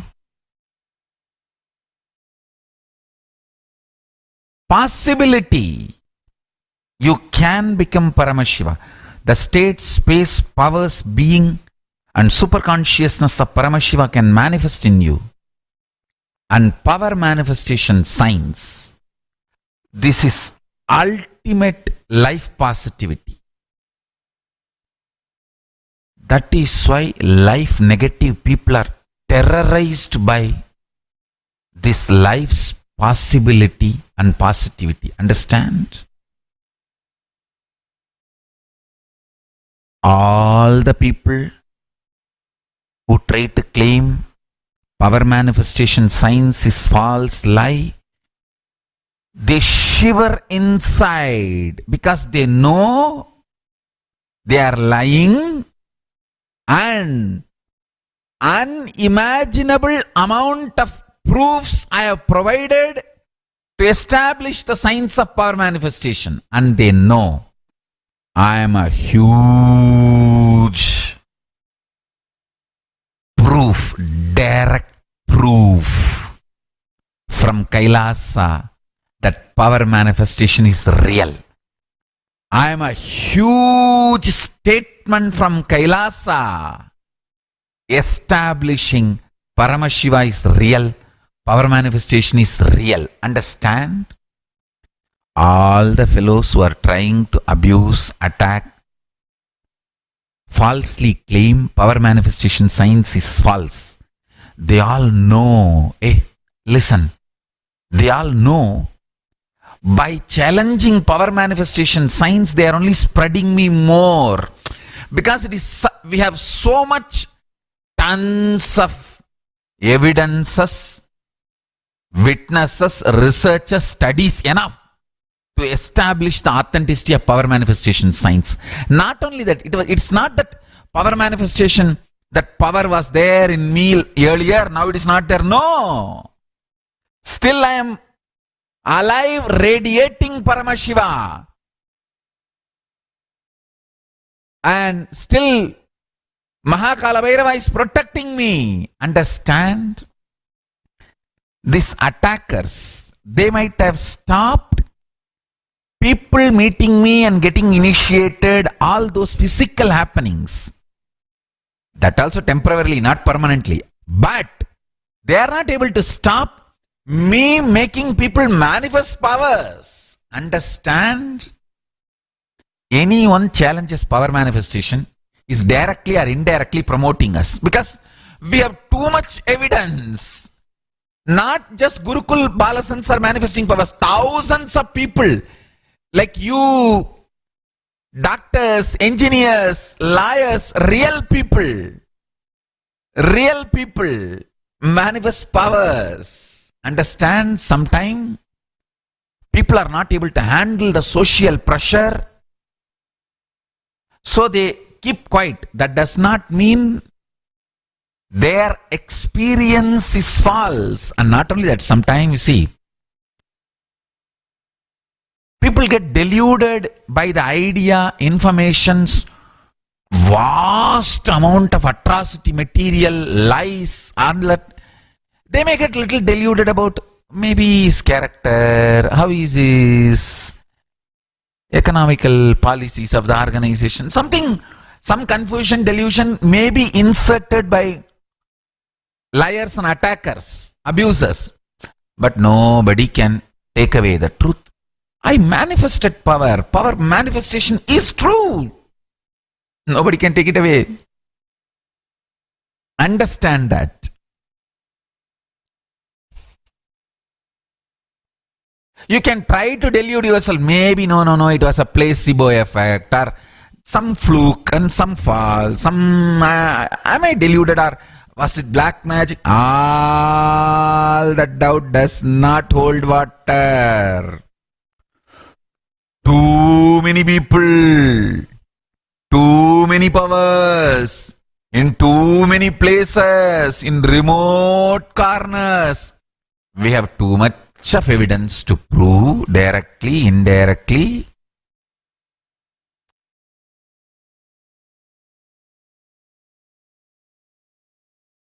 To establish the science of power manifestation. I tell you, even the people who are accusing, abusing, attacking, alone, inside their heart, they know, hey, Swamiji has powers. Paramashiva is real and he is incarnated as Swamiji. We may be deluding ourselves, hiding, forgetting, and forcibly trying to forget all the drama you can do. But you know the reality. I tell you, listen, I tell you. Because I know the people who are attacking me, who are they? Because I know my enemy. You see, I don't have enmity. Who treat me as enemy. Because I know my enemy, I am peaceful. But because they know their enemy, they are shivering, agitated, angry, perturbed, screaming from all corners. Listen to this. This is today's essence of today's satsang. Because I know my enemies, I am peaceful. Because my enemies know their enemies, their enemy and enemies, they are shivering, they are shaking. Understand?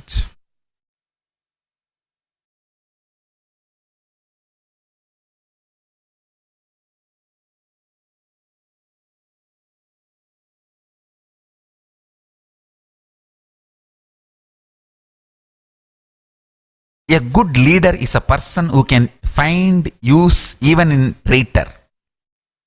You may think how a traitor can be useful. Listen. In Agama, Paramashiva says very clearly, traitor should be used to send informations to delude the enemies. Enemy and traitor will always be in close touch. Listen. Whatever information you need to send to enemy to keep him in delusion, you should leak it to traitor. Traitor will exactly transmit. And two things will happen. Either that enemy is completely deluded, or the enemy finds the information given by traitor is not right, then the traitor and enemy lose the trust on each other. Both are good for the leader. That's all.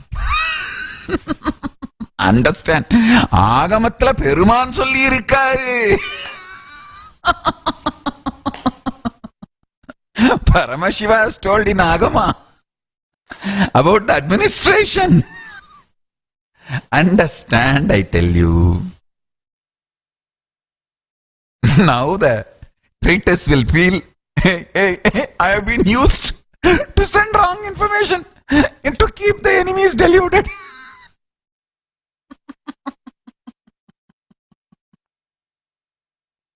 Listen carefully. Listen carefully. End of the day, absolute life positivity is a strength, power. Paramashiva's manifestation.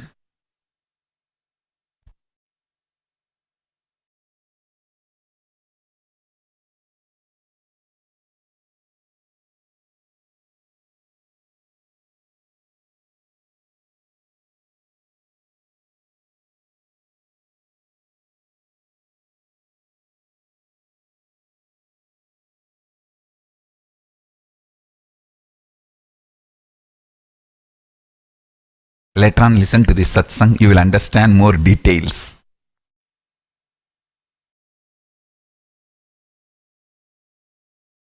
I am loud and clear statement from Kailasa. Paramashiva is real. The possibility and power manifestation science is true. And every human being should work on achieving the state, space, powers, being and superconsciousness of Paramashiva. Understand, especially the Kayakalpa participants. All the Kayakalpa Yoga participants, please raise your hand. I am not seeing the Kayakalpa Yoga participants in Madurai. Madurai, please get all the Kayakalpa Yoga participants to come and sit for the satsang. Listen.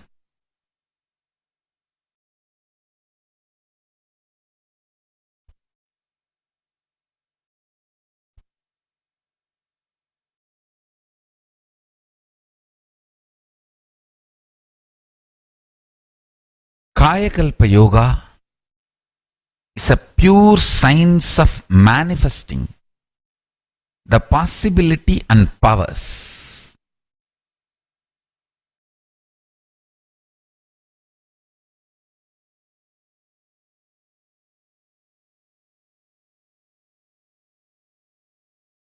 Listen carefully.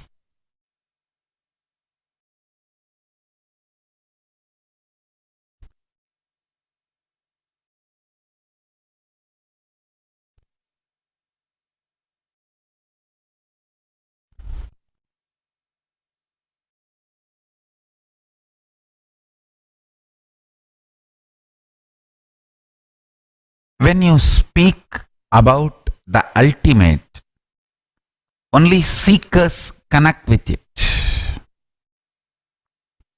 Person who is soaked in extreme life negativity does not even feel connected to the ultimate truth.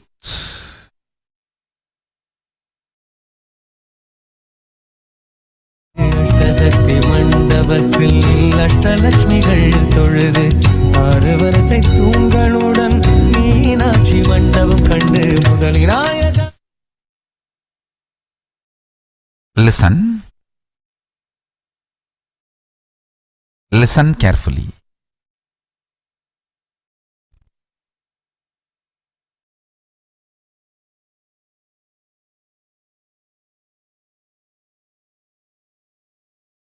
In every level, whether your health, wealth, relationships, completion, fulfillment, social existence, spiritual enlightenment, in every level,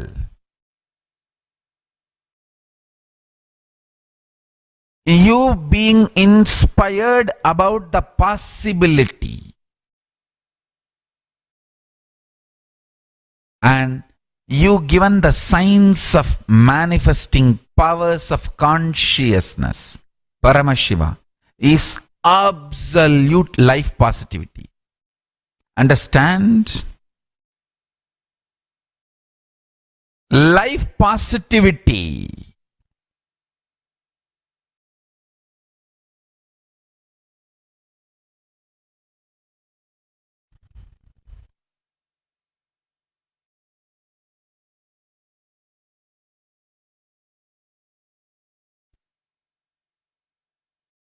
Everyone who is frustrated, angry, unable to deal his own possibility,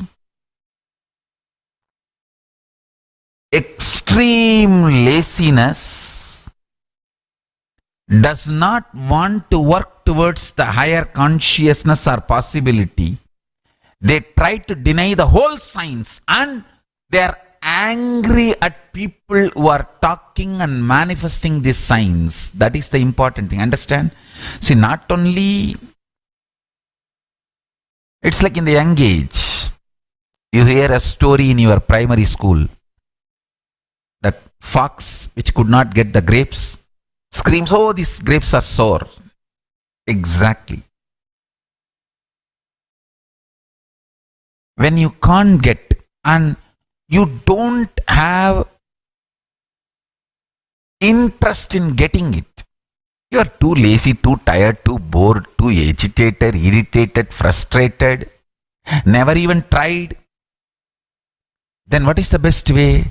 Deny the whole possibility. Understand? Self-denial leads to universal denial. Deny the whole universe. You see, if I cannot achieve something, whole universe cannot achieve it. That is why I always tell people, if somebody is individually negative, he becomes representative of devil. If somebody is individually positive, he becomes representative of Paramashiva.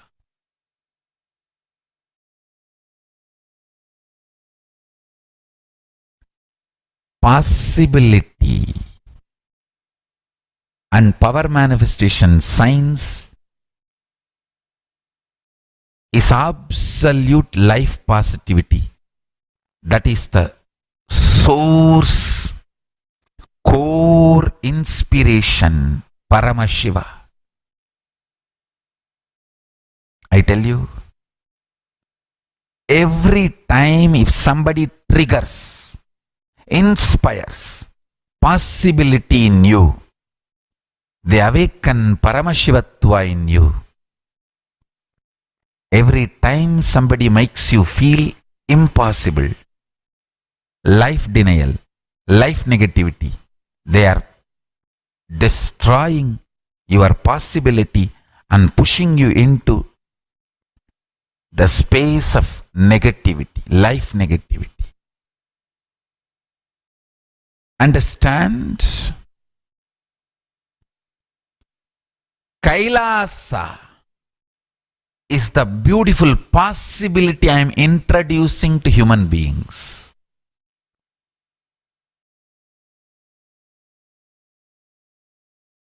Paramashiva is real.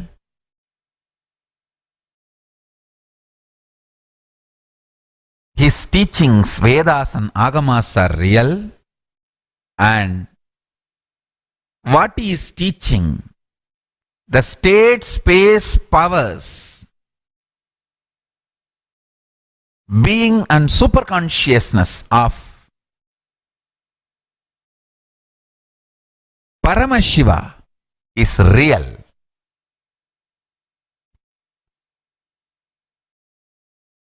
Kailasa is a great possibility for humanity I am introducing. Suddenly I am seeing, last few days, I don't know how many of you have observed, the whole media and social media is talking only about Kailasa.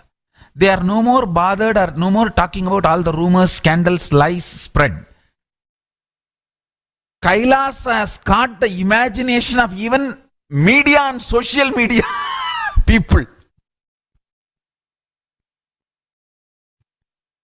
ஐயா, memes போடுற மாம்சுகளா, நீங்க எங்க இருக்கீங்க, எப்படி இருக்கீங்க, நீங்க நல்லவங்களா கெட்டவங்களா எனக்கு ஒன்றும் தெரியாது.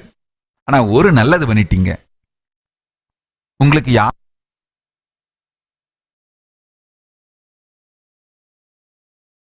200 ரூபா கொடுக்குறாங்களோ தினம், அதுவும் எனக்கு தெரியாது. நீங்க நல்ல நோக்கத்துக்காக பண்ணீங்களா கெட்ட நோக்கத்துக்காக பண்ணீங்களான்னு தெரியாது. ஆனா கண்டபடி மீம்ஸ போட்டு கைலாசத்தை பாப்புலர் பண்ணிட்டீங்க ஐயா.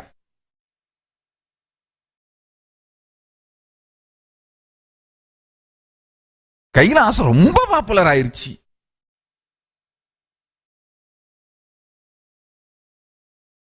இதுக்கு மேல நானே வேற ஏதாவது சொன்னா கூட ஜனங்க நம்ப மாட்டாங்க போல. ஐயா, எவ்வளோ நல்லது பண்ணீங்க.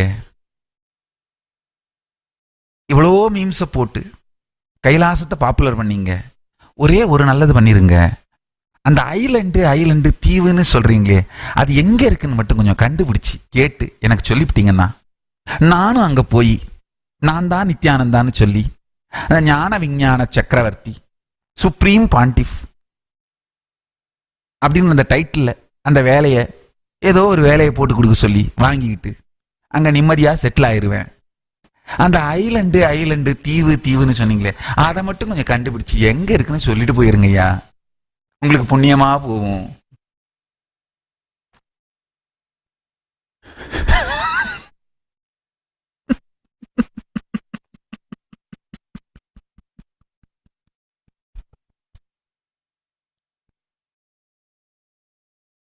ரொம்ப கூவுறாங்க ஐயா, கொடுத்த காசுக்கு மேல கூவுறாங்களே, வாங்கின காசுக்கு மேல கூவுறாங்க.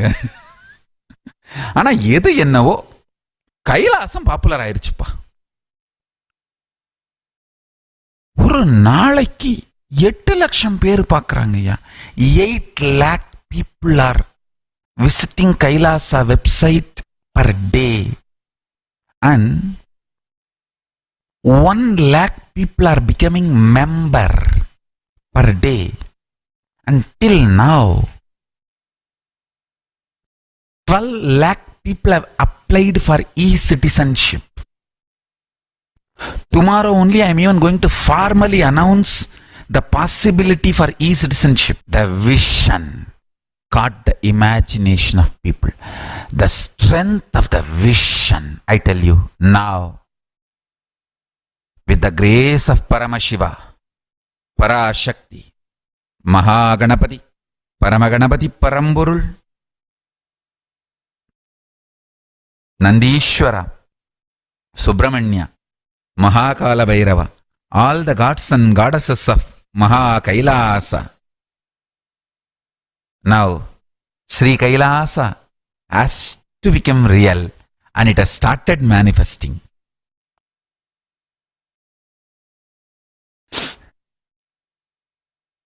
Understand?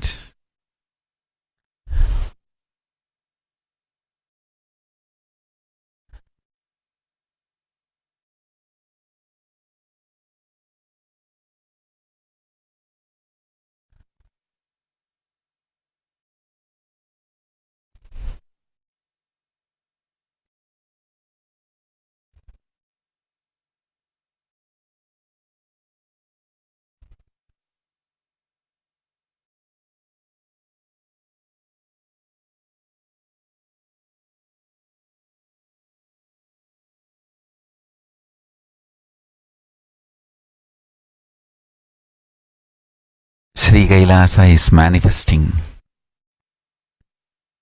I think people asked me, Swamiji, why suddenly on that particular day it started becoming popular?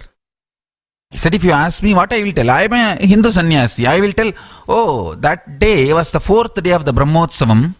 Arunachaleshwara graces under the Karpa Vriksha on Kailasa Vahana, on Kailasa hill under the Karpa Vriksha. He blesses and goes round and does the Madhavidi. So maybe because he sat on the Kailasa under the Karpaka Vriksha, he popularized Kailasa on that day. Exactly, that is what has happened. On that day only it happened. So if you ask me, I am a Hindu sannyasi, I will give only this reason. எது என்னவோப்பா, மீம்ஸா போட்டு கைலாசத்தை popular பண்ணிட்டீங்க. Kailasa has become too popular.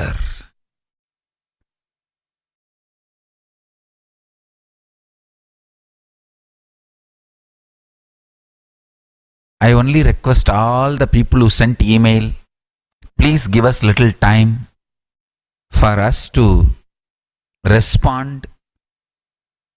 We did not expect this kind of a positive response, and I want to tell you, less than 1% negative emails. 99%, more than 99%. It's all absolutely positive, supporting, enquiring.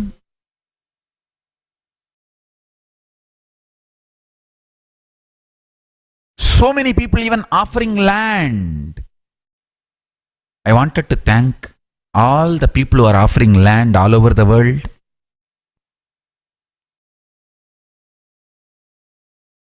I don't want to reveal the name, but some of the governments have officially approached us and invited us to have the Kailasa settlement in their place.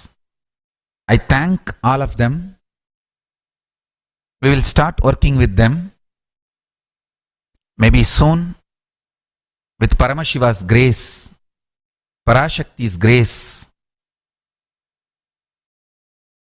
Paramaganapati's grace,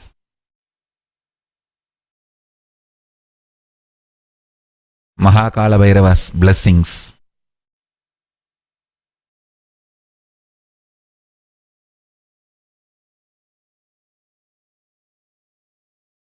Subramania's blessings, all the gods and goddesses of Kailasa, their blessings, Mahanandi's blessings, we will have not only space, place also for Kailasa. Once it is done, I'll announce it publicly to all of you. I want to tell you, I never expected this kind of response. I really thought we will humbly continue our services. Now I want to tell you all,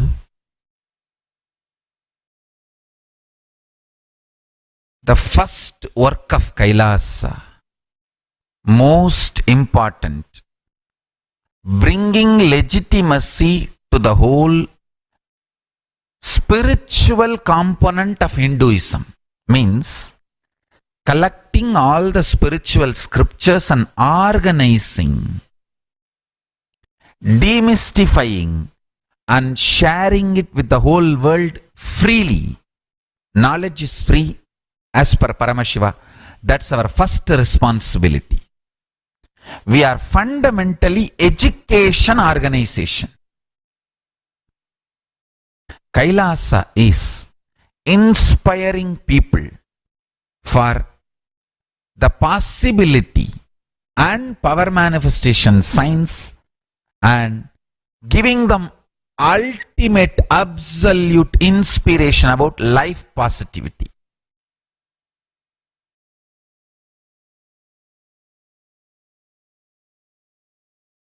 The most unexpected is some of the governments approaching us.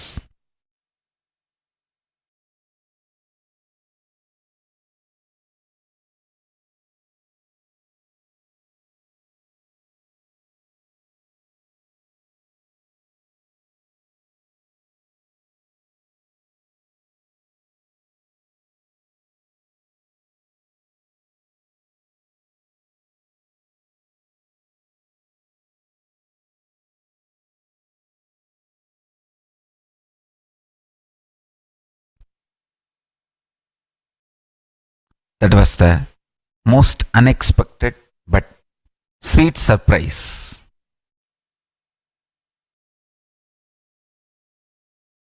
Because the governments themselves have approached us. Soon I'll have a good news to share with all of you. Understand one thing. All intelligent people, people who started thinking, have realized power manifestation science is true. All the great scientists have started understanding human beings have extraordinary potential and possibility, whether in the field of brain research or in the field of physics or even in the field of biology. The researchers and scientists have realized human beings have ultimate possibility and too much is there to be explored, and they all understand Hinduism has too much to contribute to the world. And now, good or bad, right or wrong, whether people want or not, I am not talking out of anger, arrogance, pride. Please understand.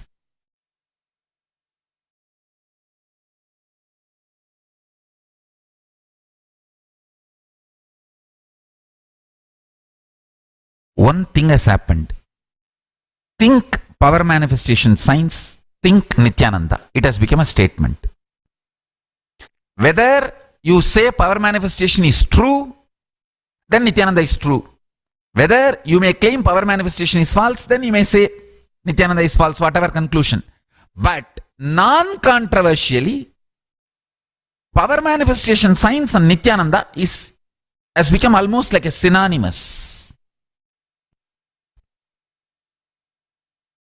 So anybody who starts thinking in this field, the possibilities,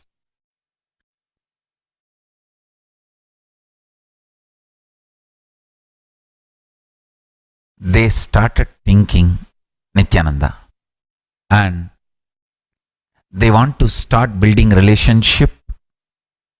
They want to start exploring this science.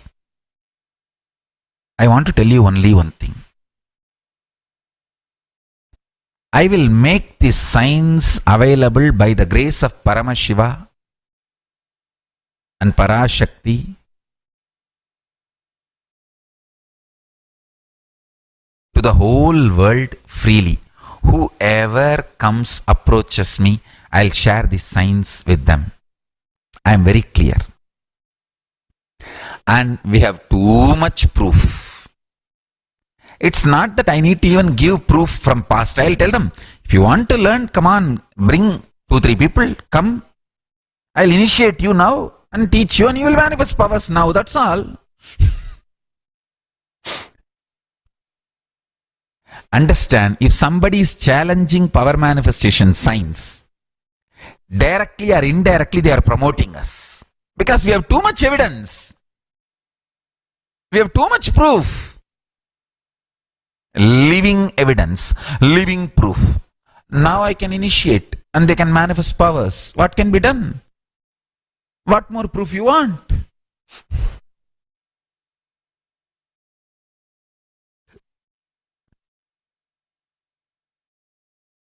I want the whole Sangha to take the responsibility and stand with me during this time, intensely enriching. I really want, any of you want to volunteer to attend all these emails, because lakhs, hundreds of thousands of emails every day.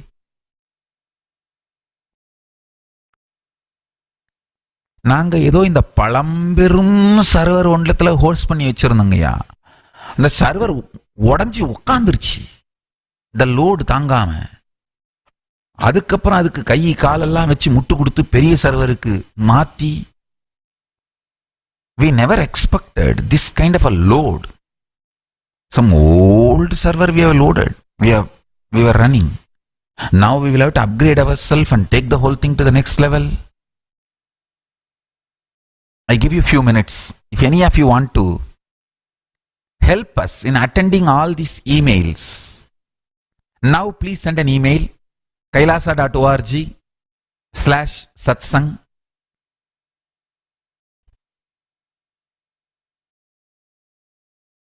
So we will organize and allot the responsibility to everyone. Please understand the way it is going. Next 6 months, if we sincerely contribute to people's life, understand, Kailasa is built on love, an intense contribution to people, and absolute life positivity. If we work 6 months and continuously contribute to people's life, make them live a better life, health, wealth, knowledge, enlightenment, power manifestation in every level, Kailasa will become reality. Already it is reality, it will become more and more reality by Paramashiva's grace and Parashakti's grace. Sign up by going to kailasa.org/satsang now. I'm giving you a few minutes.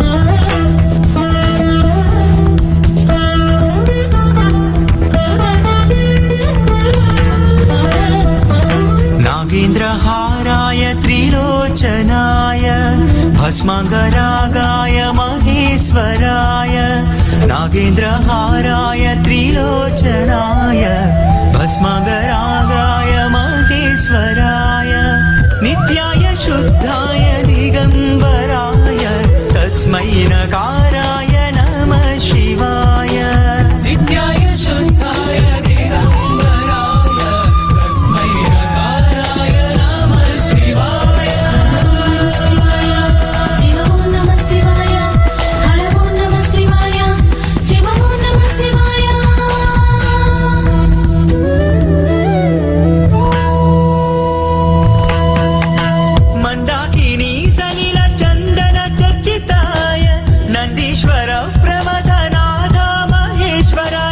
Mandakini Salil चंदन चर्चिताय नंदीश्वर प्रमथनाथ महेश्वराय मंदार बहुपुष्प सुपूजिताय तस्मै मकाराय नमः शिवाय मंदार बहुपुष्प सुपूजिताय तस्मै मकाराय नमः शिवाय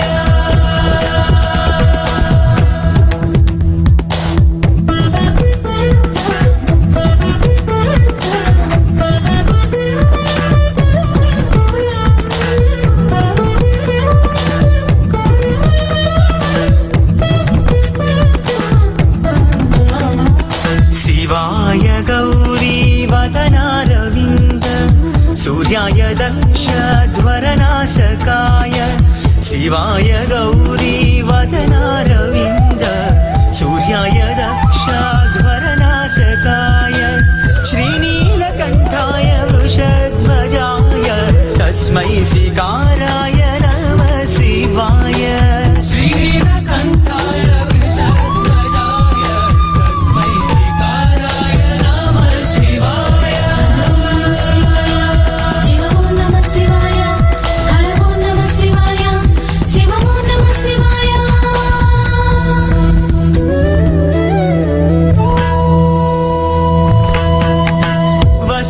कुंभोद्भव गौतमार्य मुनीन्द्र देवार्चित शेखराय वसिष्ठ कुंभोद्भव गौतमार्य मुनीन्द्र देवार्चित शेखराय चंद्रार्क वैश्वानरलोचनाय तस्मै वकाराय नमः शिवाय चंद्रार्क वैश्वानरलोचनाय तस्मै वकाराय नमः शिवाय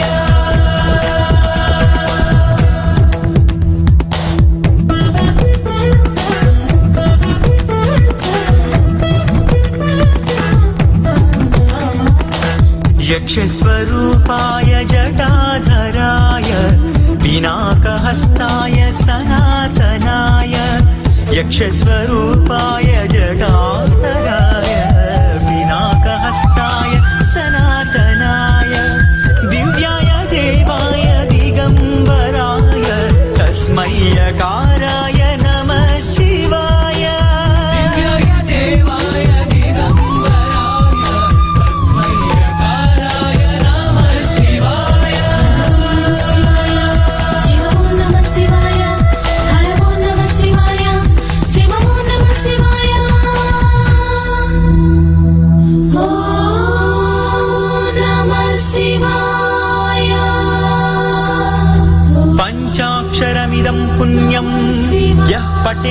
शिवसन्निधौ शिवलोकमवाप्नोति शिवेन सह मोदते शिवेन सह मोदते शिवेन सह मोदते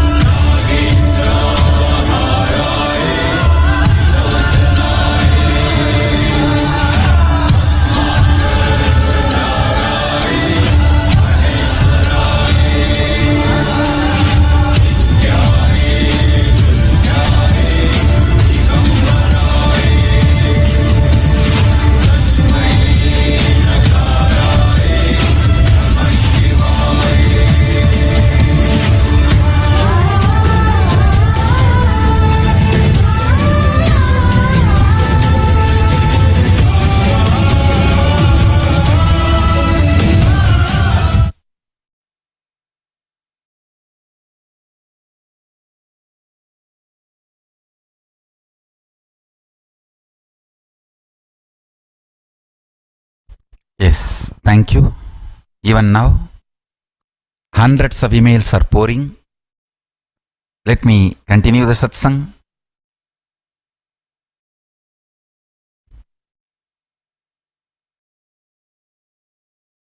We are the only nation, no tax, completely run voluntary contribution, no army. We don't have any army, we only pray to Paramashiva and Paramashiva protects us. Mahakala Bhairava protects us.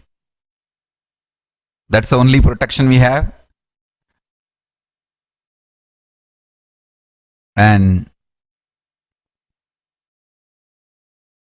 practically no staff. It's only volunteer run organization, volunteer run nation. Understand? Kailasa is the principle declaring the highest possibility for individual human beings and collectively for all human beings.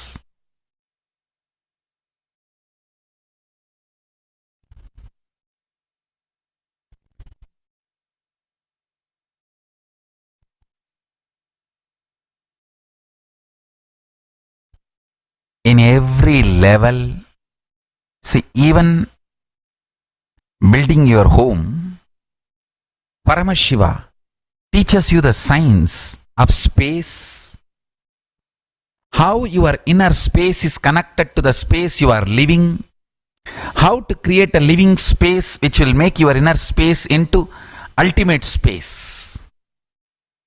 That's all. In every level.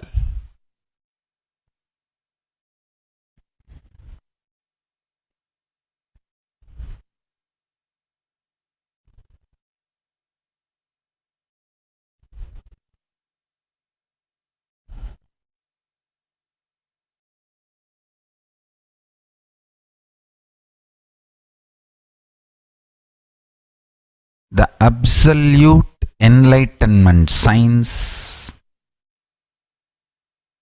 the absolute pure possibility, the absolute power manifestation science is the most life positive. Understand? Life positive.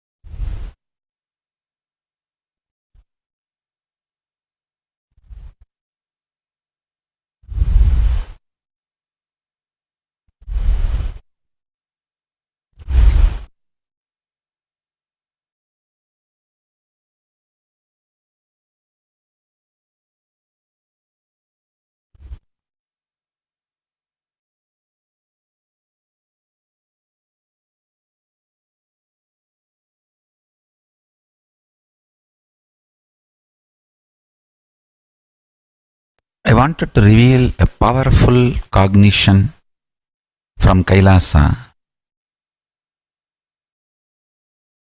Intensity of the dream state. Intensity of the deep sleep state. Intensity of your confusions in the waking state can be used to manifest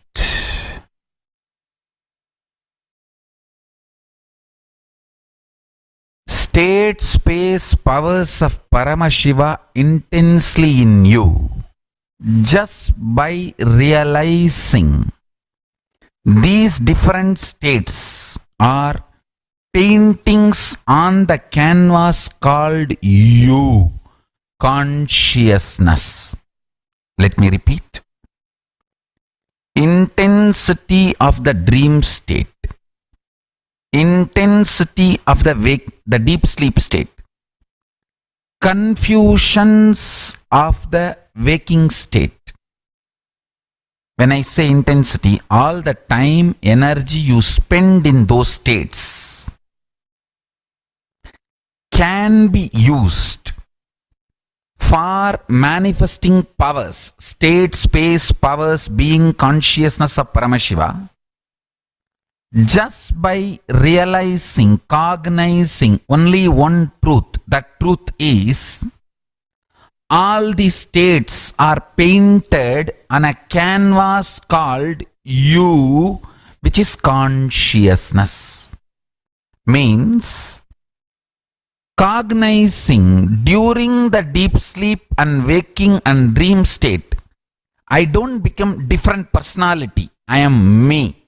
On me, all these are painted in different colors. The color of the painting may differ, but not the quality of the canvas. Again, media is what to say, that almost like a mad over this me version. I gave clearly you version also, but nobody wants the you version. Everyone wants only me version. And in the me version also, they don't want the form description, because when I am describing, I am clearly saying the me in me is talking to me in you. The cosmic me manifesting through this me and talking to all the me in you. All of you, what you feel as me in you is cosmic me reflecting in you. That me talking through this me to that me. They don't want to show the visual. Because if you show the visual, people will understand it is Advaita philosophy, pure Hinduism.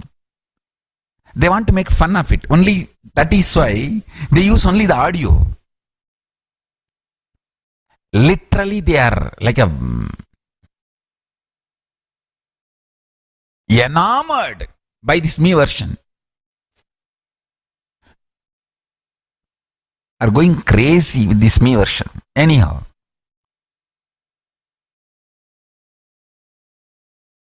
Now let me share this pure truth. Listen carefully.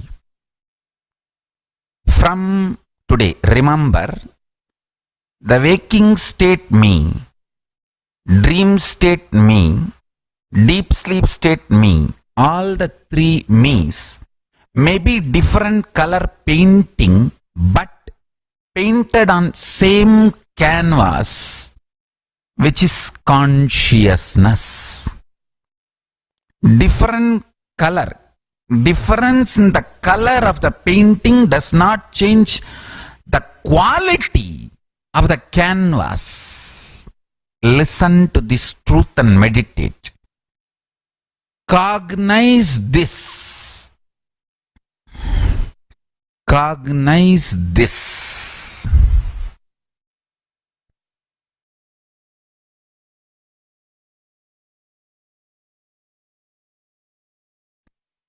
this cognition, when you wake up, when you are confused, understand, even when you are utterly confused and powerless, the core consciousness quality does not change.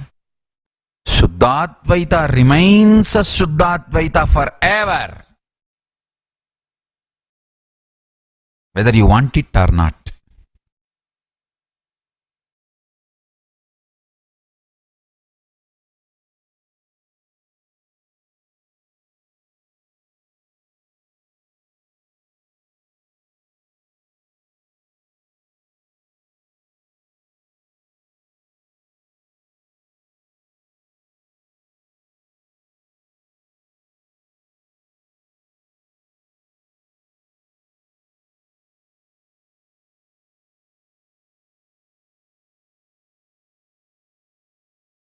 Few things I can tell very clearly.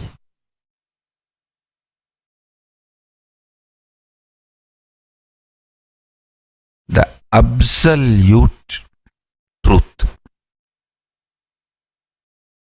when you meditate on it, cognize it, it melts down all the problems, manifests so much of energy.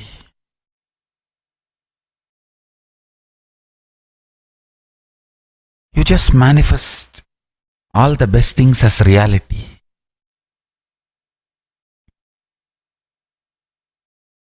Nothing can be compared to the enlightening truths and power it gives you.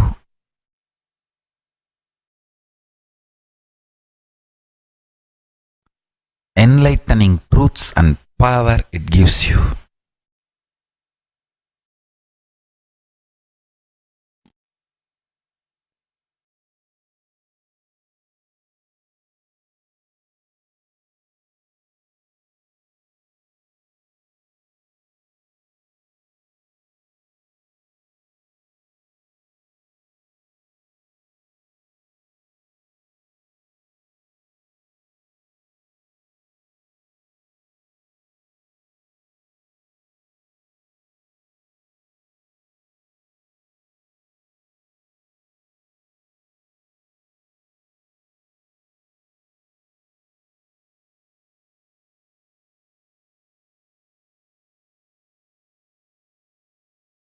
I'll repeat the truth. Listen. The core life which is in you, which you experience as me in you, means what you feel as you, I. What you feel as I, that I is the canvas, consciousness, canvas on which waking state and all its confusions, dream state and deep sleep state is painted. When you remember this truth, the consciousness in you becomes more powerful than the influence of these three states. Then naturally the consciousness starts manifesting Paramashiva in all these three states.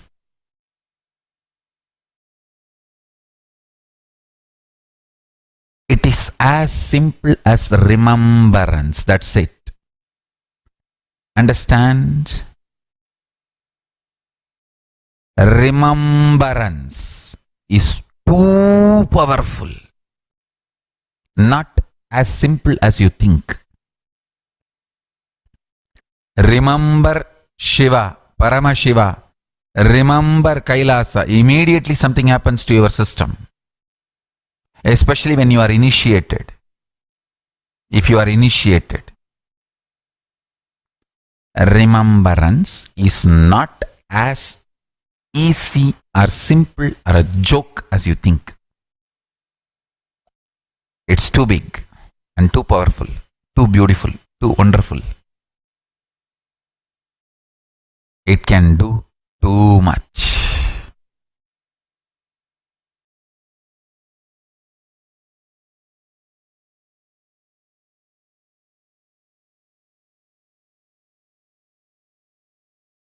today, this is the powerful cognition. The me in me, the pure consciousness, is the canvas on which deep sleep, dream and waking states are painted. The painting's color may differ, but not the quality of the canvas. This is the truth through which I will manifest Paramashiva in me through all these three states.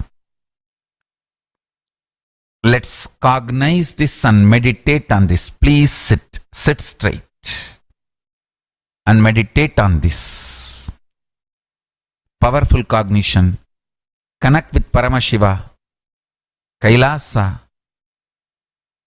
I'll connect you all to Kailasa and Paramashiva. Chant Mahavagya intensely.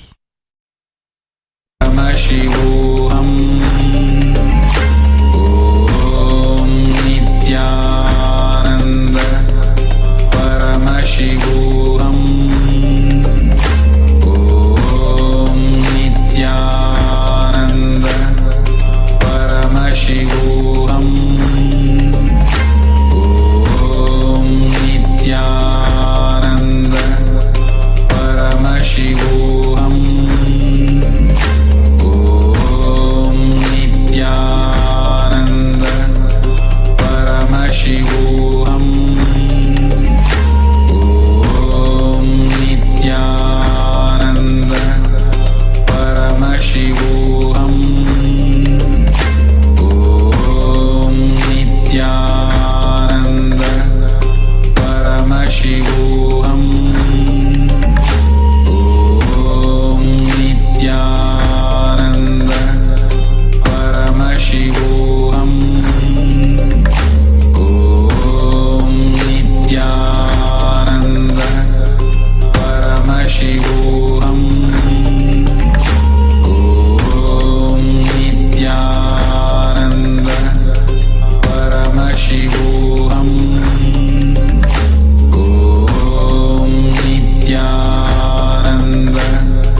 Paramashivoham Om Nityananda Paramashivoham Om Nityananda Paramashivoham